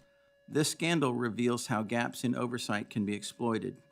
That being said, what specific steps is HHS taking to strengthen oversight of the block grant programs like the child care and development blocks, and how can Congress support additional efforts to hold these criminal actors accountable? Yeah, I mean, I want to say this. In the autism program there, we expected to pay about, this is for, 88 Care for Autism. We expected to pay $7 million a year, and we were paying $200 million a year. Whoa. That was stolen money. And we have impounded now $349 million from the state of Minnesota. This is money that has already been paid to the providers. We are holding our reimbursement until they can show us receipts. And that's what we will do in the future. We also have changed our payment methodology. On the Biden administration, they implemented rules that required us to pay claims even when we knew they were fraudulent. It was called a pay and chase system. Mm-hmm. And then we were supposed to go and claw them back. And of course, that never happened. Right. So now we have a catch and stop system where we look at it before it goes out. We have AI now monitoring all of the grants, looking for fraud, flagging fraudulent cases for us, potentially fraudulent cases, have human review, and we stop them before they go out the door. We've already saved $2.1 billion just in the last few months that would have been stolen from us. Well, thank you very much. My time has expired, but I just want to say appreciate you taking good care of taxpayer dollars in that regard and eliminating the waste, fraud, and abuse. And I yield back, Mr. Chairman. Mr. Harder. Thank you, Mr. Chairman. Mr. Secretary, as you know, mercury exposure can have significant harmful effects on kids, including permanent cognitive deficits, lowered IQ, poor memory, language delays. During your career as an environmental lawyer, you brought lawsuits targeting coal-burning utilities, specifically over their mercury emissions. When President Trump tried to roll back mercury wastewater rule during his first term, you went to the EPA's own public hearing to fight it, warning that allowing more power plant pollution into waterways would poison people through mercury-contaminated fish, a problem you said you experienced personally. You said at the time, and I'm quoting you directly, "It's really troublesome for those of us who will suffer from your irresponsibility." Given your long history of advocacy on this issue, do you still believe, as you've argued for decades, that mercury emissions from coal plants harm kids? I do. Terrific. In February of this year, the Trump administration finalized the repeal of the mercury and air toxic standards. As a result, coal-burning power plants are now allowed to emit more than twice as much mercury as they were before. Just last week, the Trump administration proposed to weaken a rule that monitors and protects groundwater from coal ash, a waste product that contains heavy metals like mercury and lead. How are these actions consistent with your agenda to make our children healthy again? Those are actions that are not taken by my agency, and I am not familiar with exactly what's happening at EPA, so I would have to ask Lee Zeldin about that. This has been a major news story. You're the Secretary of Health and Human Services. You made a career out of fighting mercury pollution. Are you telling me that you don't have an opinion about this mercury rule? Well, I don't think any mercury is good, and that's one of the reasons we're holding up the Gavi grants, because they're giving mercury vaccines that are banned in Europe and the United States. Mr. Secretary, I want to 161 million stay kids focused in on this Africa. mercury rule. This is your administration making this decision. Are you critical of it? Why have you stayed silent on this? You should call Lee Zeldin here and ask him about those. That's not in my, I have a $2.3 trillion agency. I've Mr. got my, Secretary, you had in your testimony, you wrote an entire report. I was not part of the hearings. I was not part of that decision. I'm not going to comment on it because I don't know anything about it. It sounds like pretty convenient amnesia to me, because you wrote a report where you talked about the damage of toxic air and water pollution. Mercury is absolutely, it's the most powerful neurotoxin that we know of in the universe. So why are you working for an administration that is doubling the amount of mercury pollution in our air and water? I am running HHS, and I'm ending the chronic disease epidemic, I think it sounds like which an is awful what lot. President Trump wants. And I'm not going to comment on that because I don't know anything about it. Well, I think that's very convenient for you, and it shows a significant degree of cowardice. It's not just mercury. President Trump in July 2025 granted 50 chemical plants. Why don't you ask me something that I'm in charge of instead of other things? Are you not in charge of healthcare and human services? Yeah, HHS. And you wrote a report about how we want to make sure that our kids. Isn't what you're drink asking me clean about water is and not a have healthy decision air. that's being made by my agency. Why don't you ask me about something, and I won't ask you about something that's happening in the United States Senate. Sir, I'm happy to talk about what's going on in the United States Senate. I'd be happy to talk about the damages that mercury pollution did. I think it's pretty disturbing. I'm telling you what I know, which is mercury is a toxin. We should be minimizing the exposures to that in the environment. I don't know anything about the particular. Running this agency is a big job, and it's pretty consuming. Well, So I don't get into what the other agencies are doing. I think this sounds like a pretty simple story to Why me. don't you ask me something that's happening in my agency? I think Why if don't you your ask goal- me about a decision that I've made? you wrote a report. You wrote a report talking about what we need to do to make our kids healthy. I've admitted it. You're talking in circles. I've said, I think it's pretty disturbing to me that you don't want to talk about a doubling of I mercury don't want to pollution. talk about. You've spent a career about this. I don't want to talk about a regulation or a policy that I don't know anything about. Well, I hope you learn about it, because this is a big deal, and you spent your entire career advocating to lower mercury pollution, which I think is really admirable. Let me and this just say, I think administration- y'all are talking over each other. You definitely, the secretary has acknowledged he has some issues about that, but obviously he cannot speak to the EPA. So y'all are both really agreeing, but won't agree. So, Well, so- let me close, Mr. Yeah, Chair. but we did that in partner because we run ARPA. So that, for me, was a decision that I had something to do with. I don't have anything, and I can tell you this.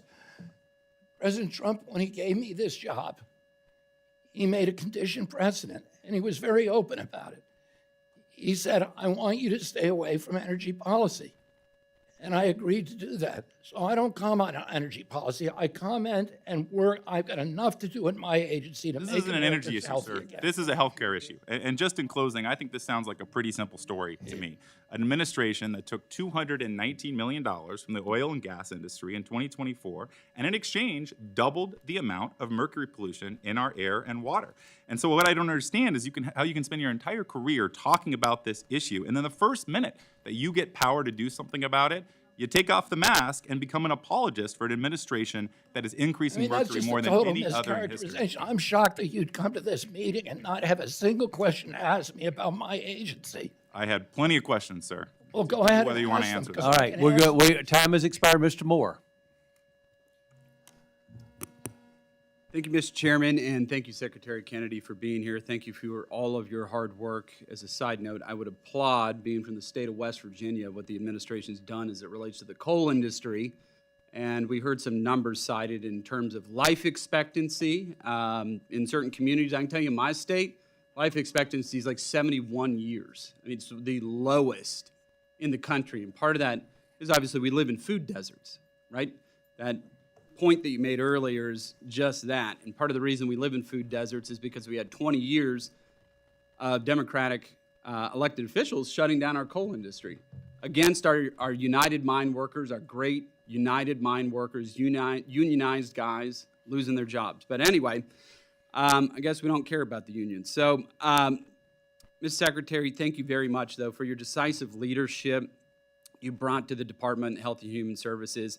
And I commend you on the work on advancing to make America healthy again in the agenda, particularly the MAHA Commission to confront the root causes of chronic disease, taking bold action on infant formula safety through Operation Stork Speed, and fighting to finally deliver fair, most favored nation prescription drug pricing for Americans. And as a side, I want to thank you for coming to the great state of West Virginia with my governor. You're actually at my children's school, where you're trying to help him actually get a little healthy there as well. I'm trying. Yeah, you might want to check back in on it. You lost 15 pounds the last time I talked. He did. He's getting there. He's doing good. I also sincerely appreciate you working with me last year to help ensure critical NIOSH funding for restoring NIOSH in Morgantown, West Virginia, where black lung testing occurs, which is vital for hardworking coal miners and their families across West Virginia. Ms. Secretary, I've introduced the Respect Parents Child Care Choice Act, which would ensure child care and development block grant funds are delivered directly to parents, allowing them to choose the best caregiver for their family, whether that be a parent, a grandparent, an aunt, or an uncle, or a sibling.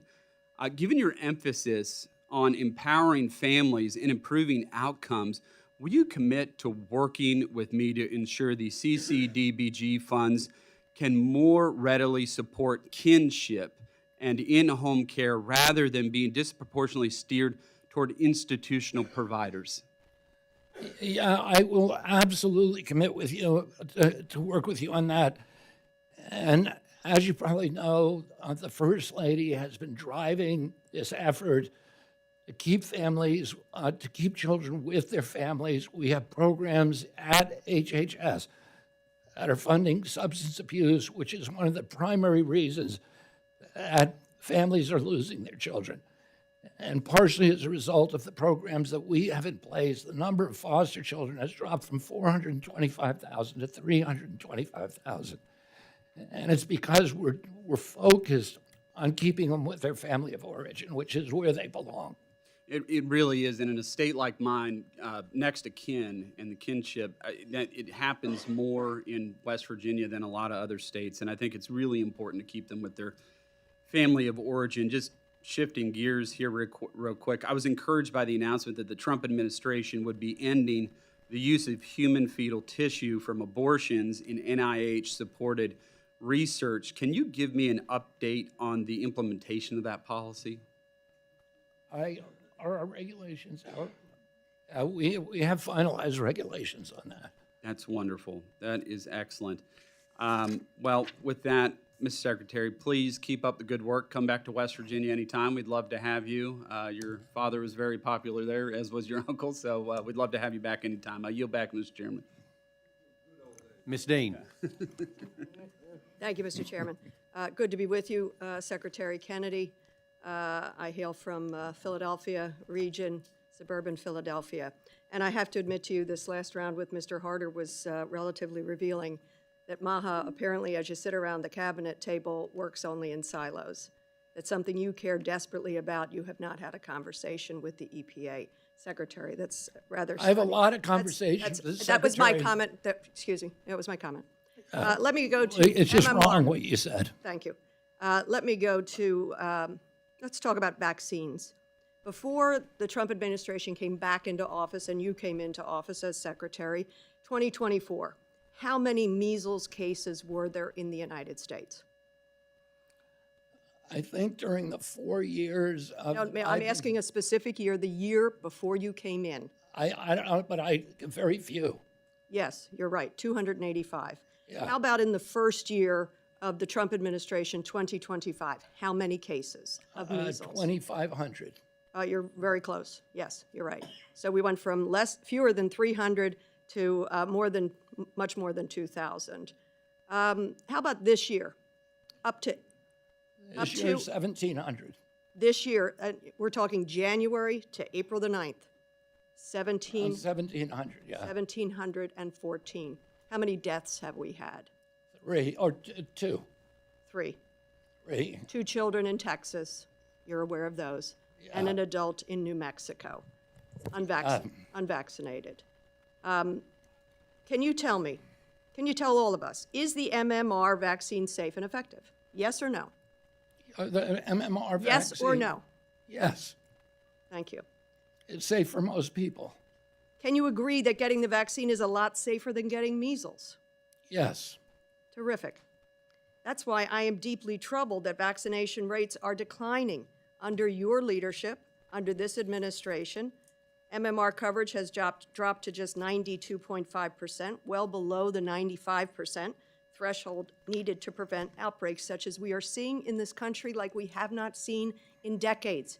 Deaths that we have not seen in decades. Mr. Secretary, how many members of the Advisory Committee on Immunization Practices did you replace when you came in? Well, I fired all 17 members. That's correct. You fired all of them? Yeah. All of the vaccine board? The entire corrupt vaccine board. Okay, thanks. You've decided they were corrupt. And apparently what their practices were, what their recommendations were keeping us healthier, children healthier, children alive. You're not going to let me reply. You will not let me reply because you do not dare to talk to me about what you just talked about measles. You do not have the courage to allow me to reply. I told you the numbers. You know the numbers. I would think that would concern you as Secretary.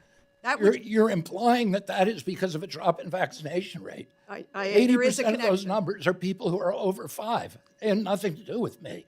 There is vaccination rates dropped after COVID because of mismanagement. I'll reclaim my time, Mr. Secretary. Thank you.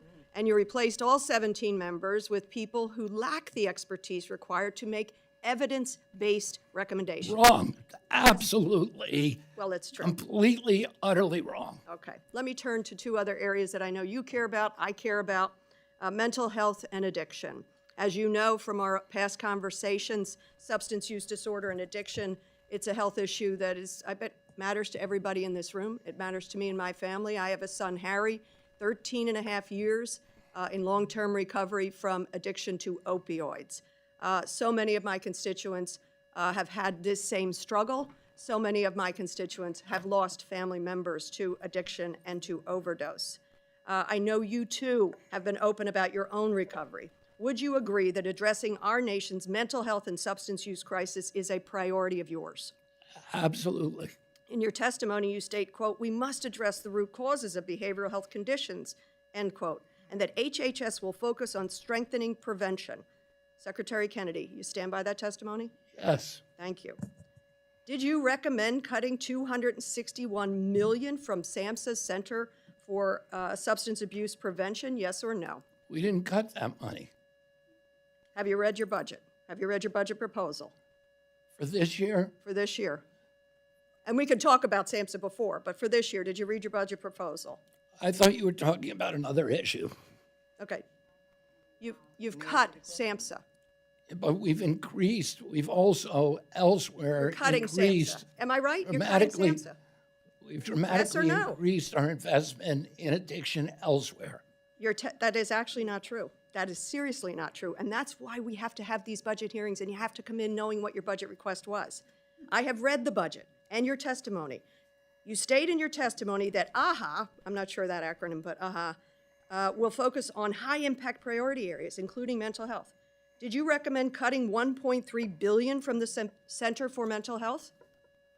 $1.3 billion cut in your budget. I think that's the proposal. Okay, you're comfortable with that.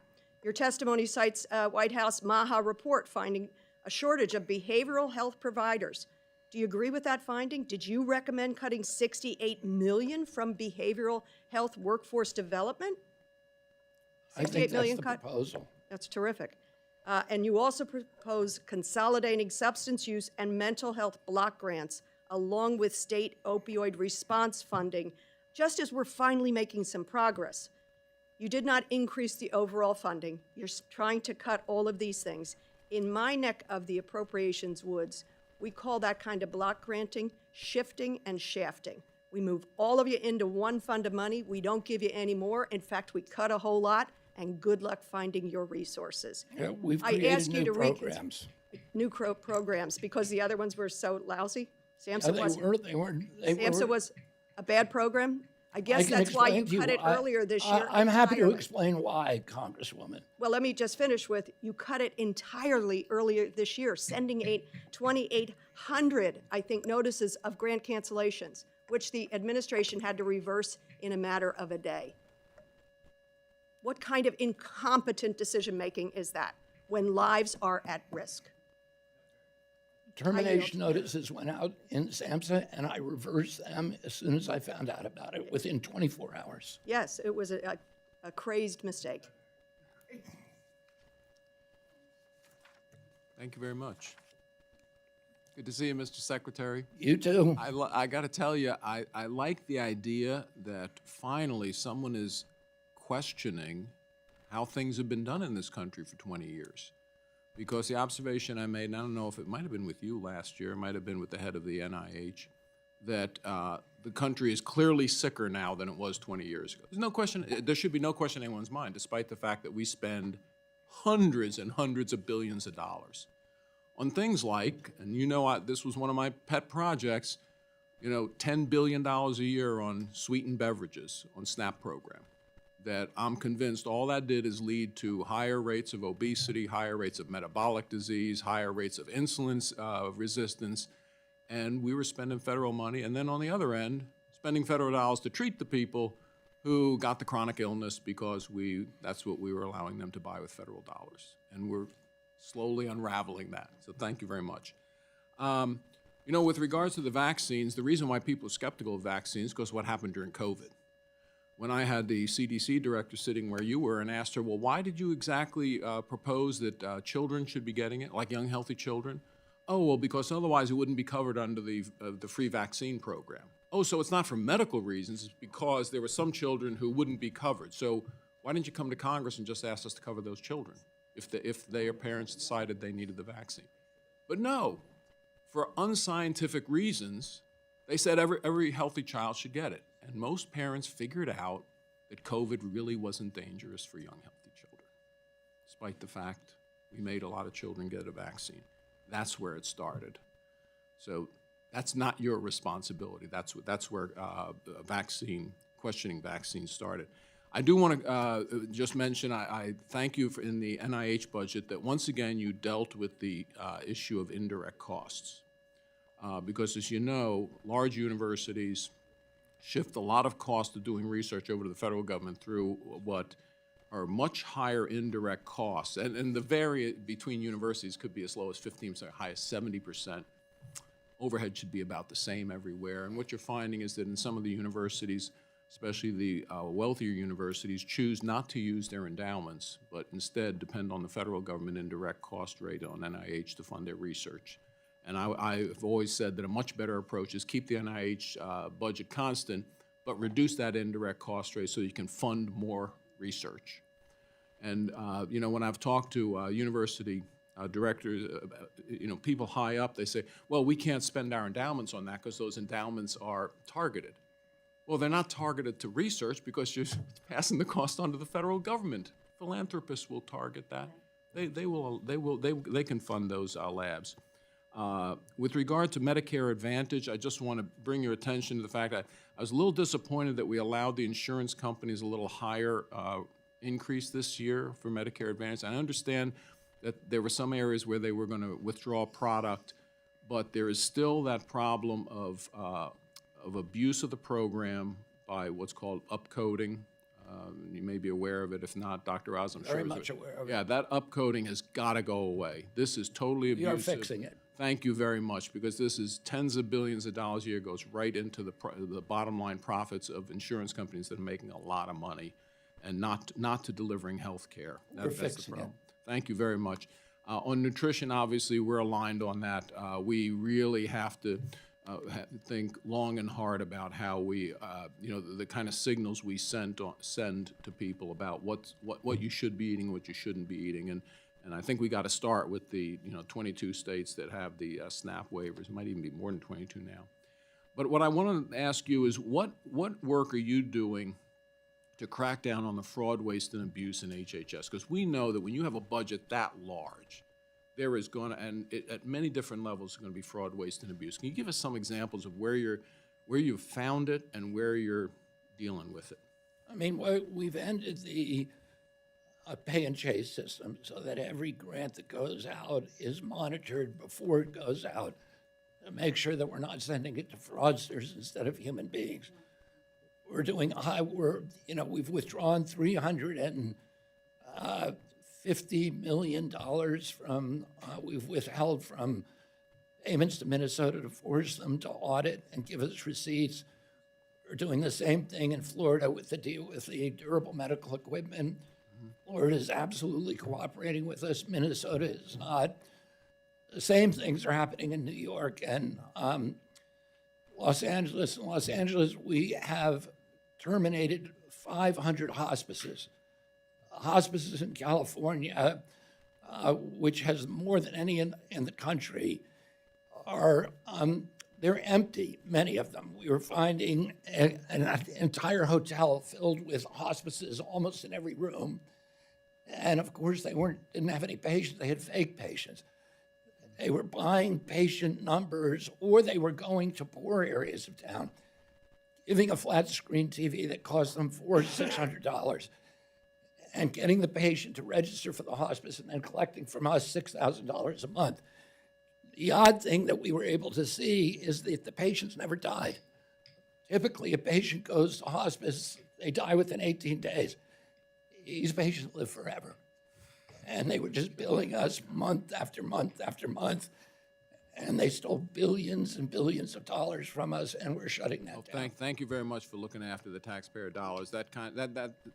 Stealing money from people who really need the health care is just immoral. That's all I can tell you. We can extend, Medicaid's supposed to expire in 2033. It goes bankrupt. Just by eliminating the fraud, we extend it for another 5 years. Mr. Fleshman. Thank you, Mr. Chairman. Welcome, Mr. Secretary. I want to, at the outset, thank you for your thoughtful, constructive, and really outstanding participation today. I know you've faced some adversity and the like. I chair the Energy and Water Subcommittee. I'm the cardinal there, and I promise not to ask you any energy questions. But I have a great affinity for this subcommittee, so I'm going to try to limit my questions to relevant topics. My first question, sir, in January of 2025, the FDA approved the first oral self-administered non-opioid to treat moderate to severe pain. I think this is really a big accomplishment.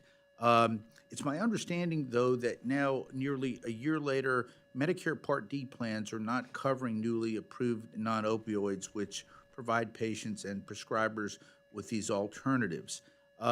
I'd rather ask this in the most benign way, because I know you've been through a lot today. Would you commit to working to help to ensure that Medicare beneficiaries would have access to opioid alternatives? And I'll just leave it at that. Yeah, I mean, we're doing everything that we can to make that happen.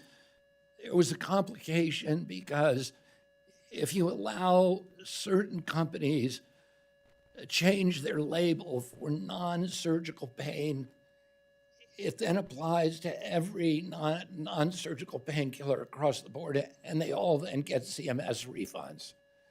And there's a lot of those that we don't want to pay for. And so we tried everything that we could to figure out how to do that, because they're approved, all of them are approved for surgical pain and immediately post-surgical while you're still in the hospital. And we tried to figure out how to get them to change the label so that they would continue to apply even after you left the hospital. But if we did that, it would open up CMS to tens of billions of dollars in cost for pills that are not covered right now that people just buy in the drugstore. Thank you, sir. My final question deals with illegal e-vape products. It's my understanding, Mr. Secretary, that This is a staggering problem. A lot of these apparently come in from China into the U.S. market. And my question for you is that last year, Congress directed the FDA to dedicate $200 million towards enforcement to crack down on illicit vapes and illicit nicotine products. Do you know how those funds are going to be spent, and what are your thoughts on this issue? Well, some of it has been spent on enforcement. I participated with Pam Bondi in a big bust in Illinois. I think we confiscated 1 million vapes that were Chinese. There's a complication because a regulatory complication with FDA because we were not able to get enough American vapes approved for this country. There's a giant market. People are using those vapes to quit smoking, which is something that we like. And it was further complicated about whether or not we should allow the companies to make vapes that were designed essentially to attract children, cotton candy, and bubblegum flavors. So which flavors we would approve, menthol, tobacco, versus those, and that got caught up in the regulatory process, and we are doing everything we can now to approve American vapes as quickly as we can, and as soon as we get a few more on the market, we'll be able to do the bust of the Chinese vapes more aggressively. Yes, sir. Well, Mr. Secretary, I began with thanks. Let me conclude with thanks. I appreciate your service in this position and to this administration. Thank you, sir, and I yield back. Thank you, Mr. Fleischer. Well, I think we've had a very good, robust hearing today, and we know we've been going for almost 2.5 hours now. So, and I know the Secretary's had a long day, but I would like to recognize the ranking member for some closing remarks that she'll have, and then I will close. Thank you very much, Mr. Chairman. And just one point, and this follows up on something that Mr. Pocan said earlier, because it had to do with last year's hearing. Because I asked you if you would fully commit to obligating funding that was appropriated, and you said yes in the same way. You said yes to this inquiry by Congressman Pocan. You know, I make an assumption that you would just say yes to do you commit to fully obligating funding appropriated to HHS for fiscal year 2026, and that you would agree to that. I agree to that. Yes, fine. But I just want to say with regard to that, Mr. Secretary, and we passed the Labor HHS Appropriations more than 10 weeks ago. Throughout most of the 10 weeks, OMB has prohibited your agencies from awarding funds to carry out their missions. I mean, I have to ask the question, who's in charge? Who's in charge? Family violence prevention grants are not going out. Community service block grants are not going out, and the list the list go on. I understand they have now approved that, but that's quite frankly because of your presence here today.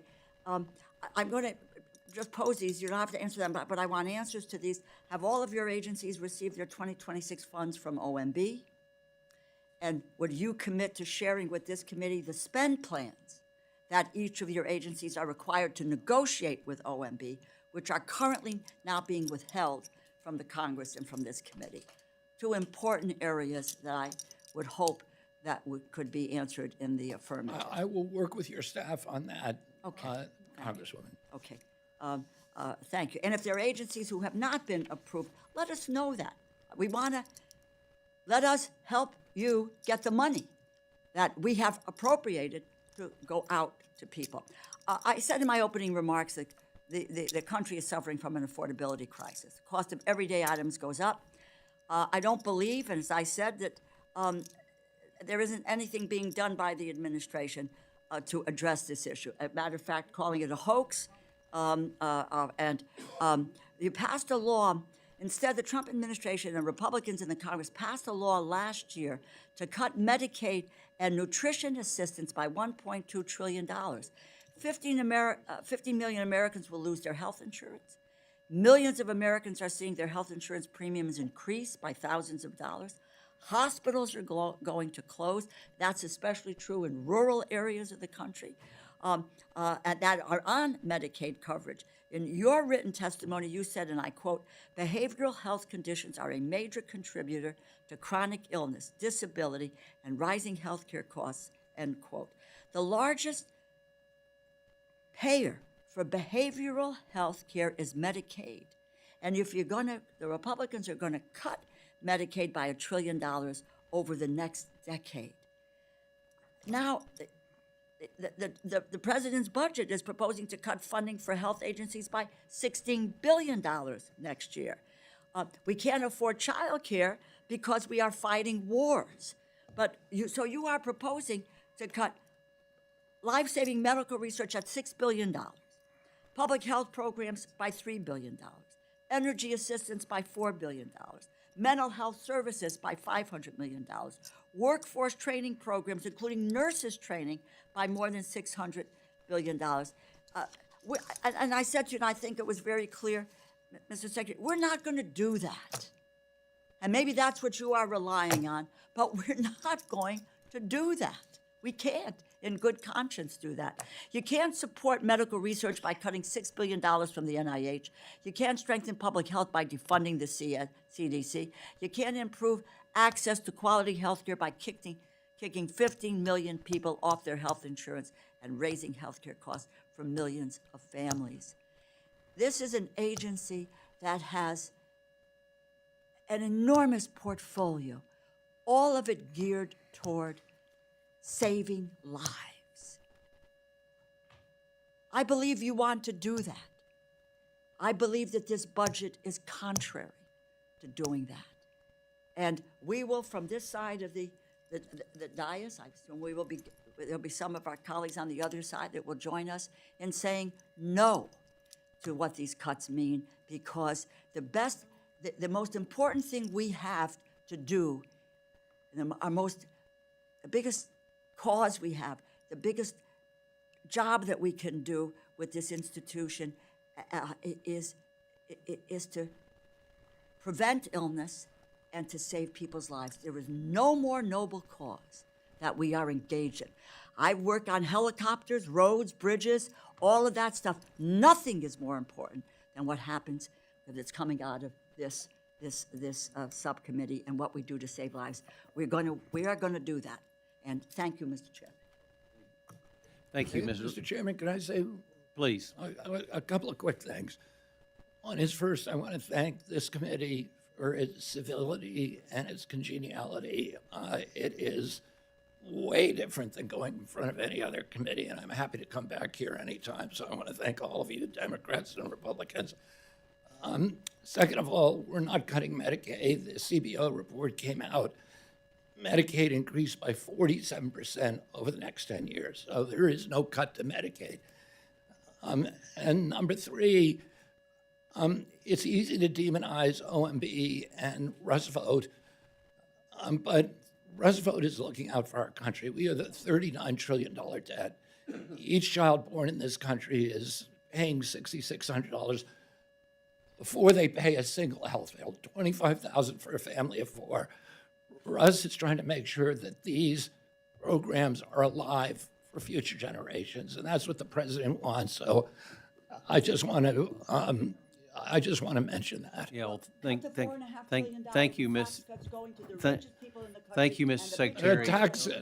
No tax on My time, tips. my time. No tax on Social Security. Those aren't for Let me rich just people. say, Mr.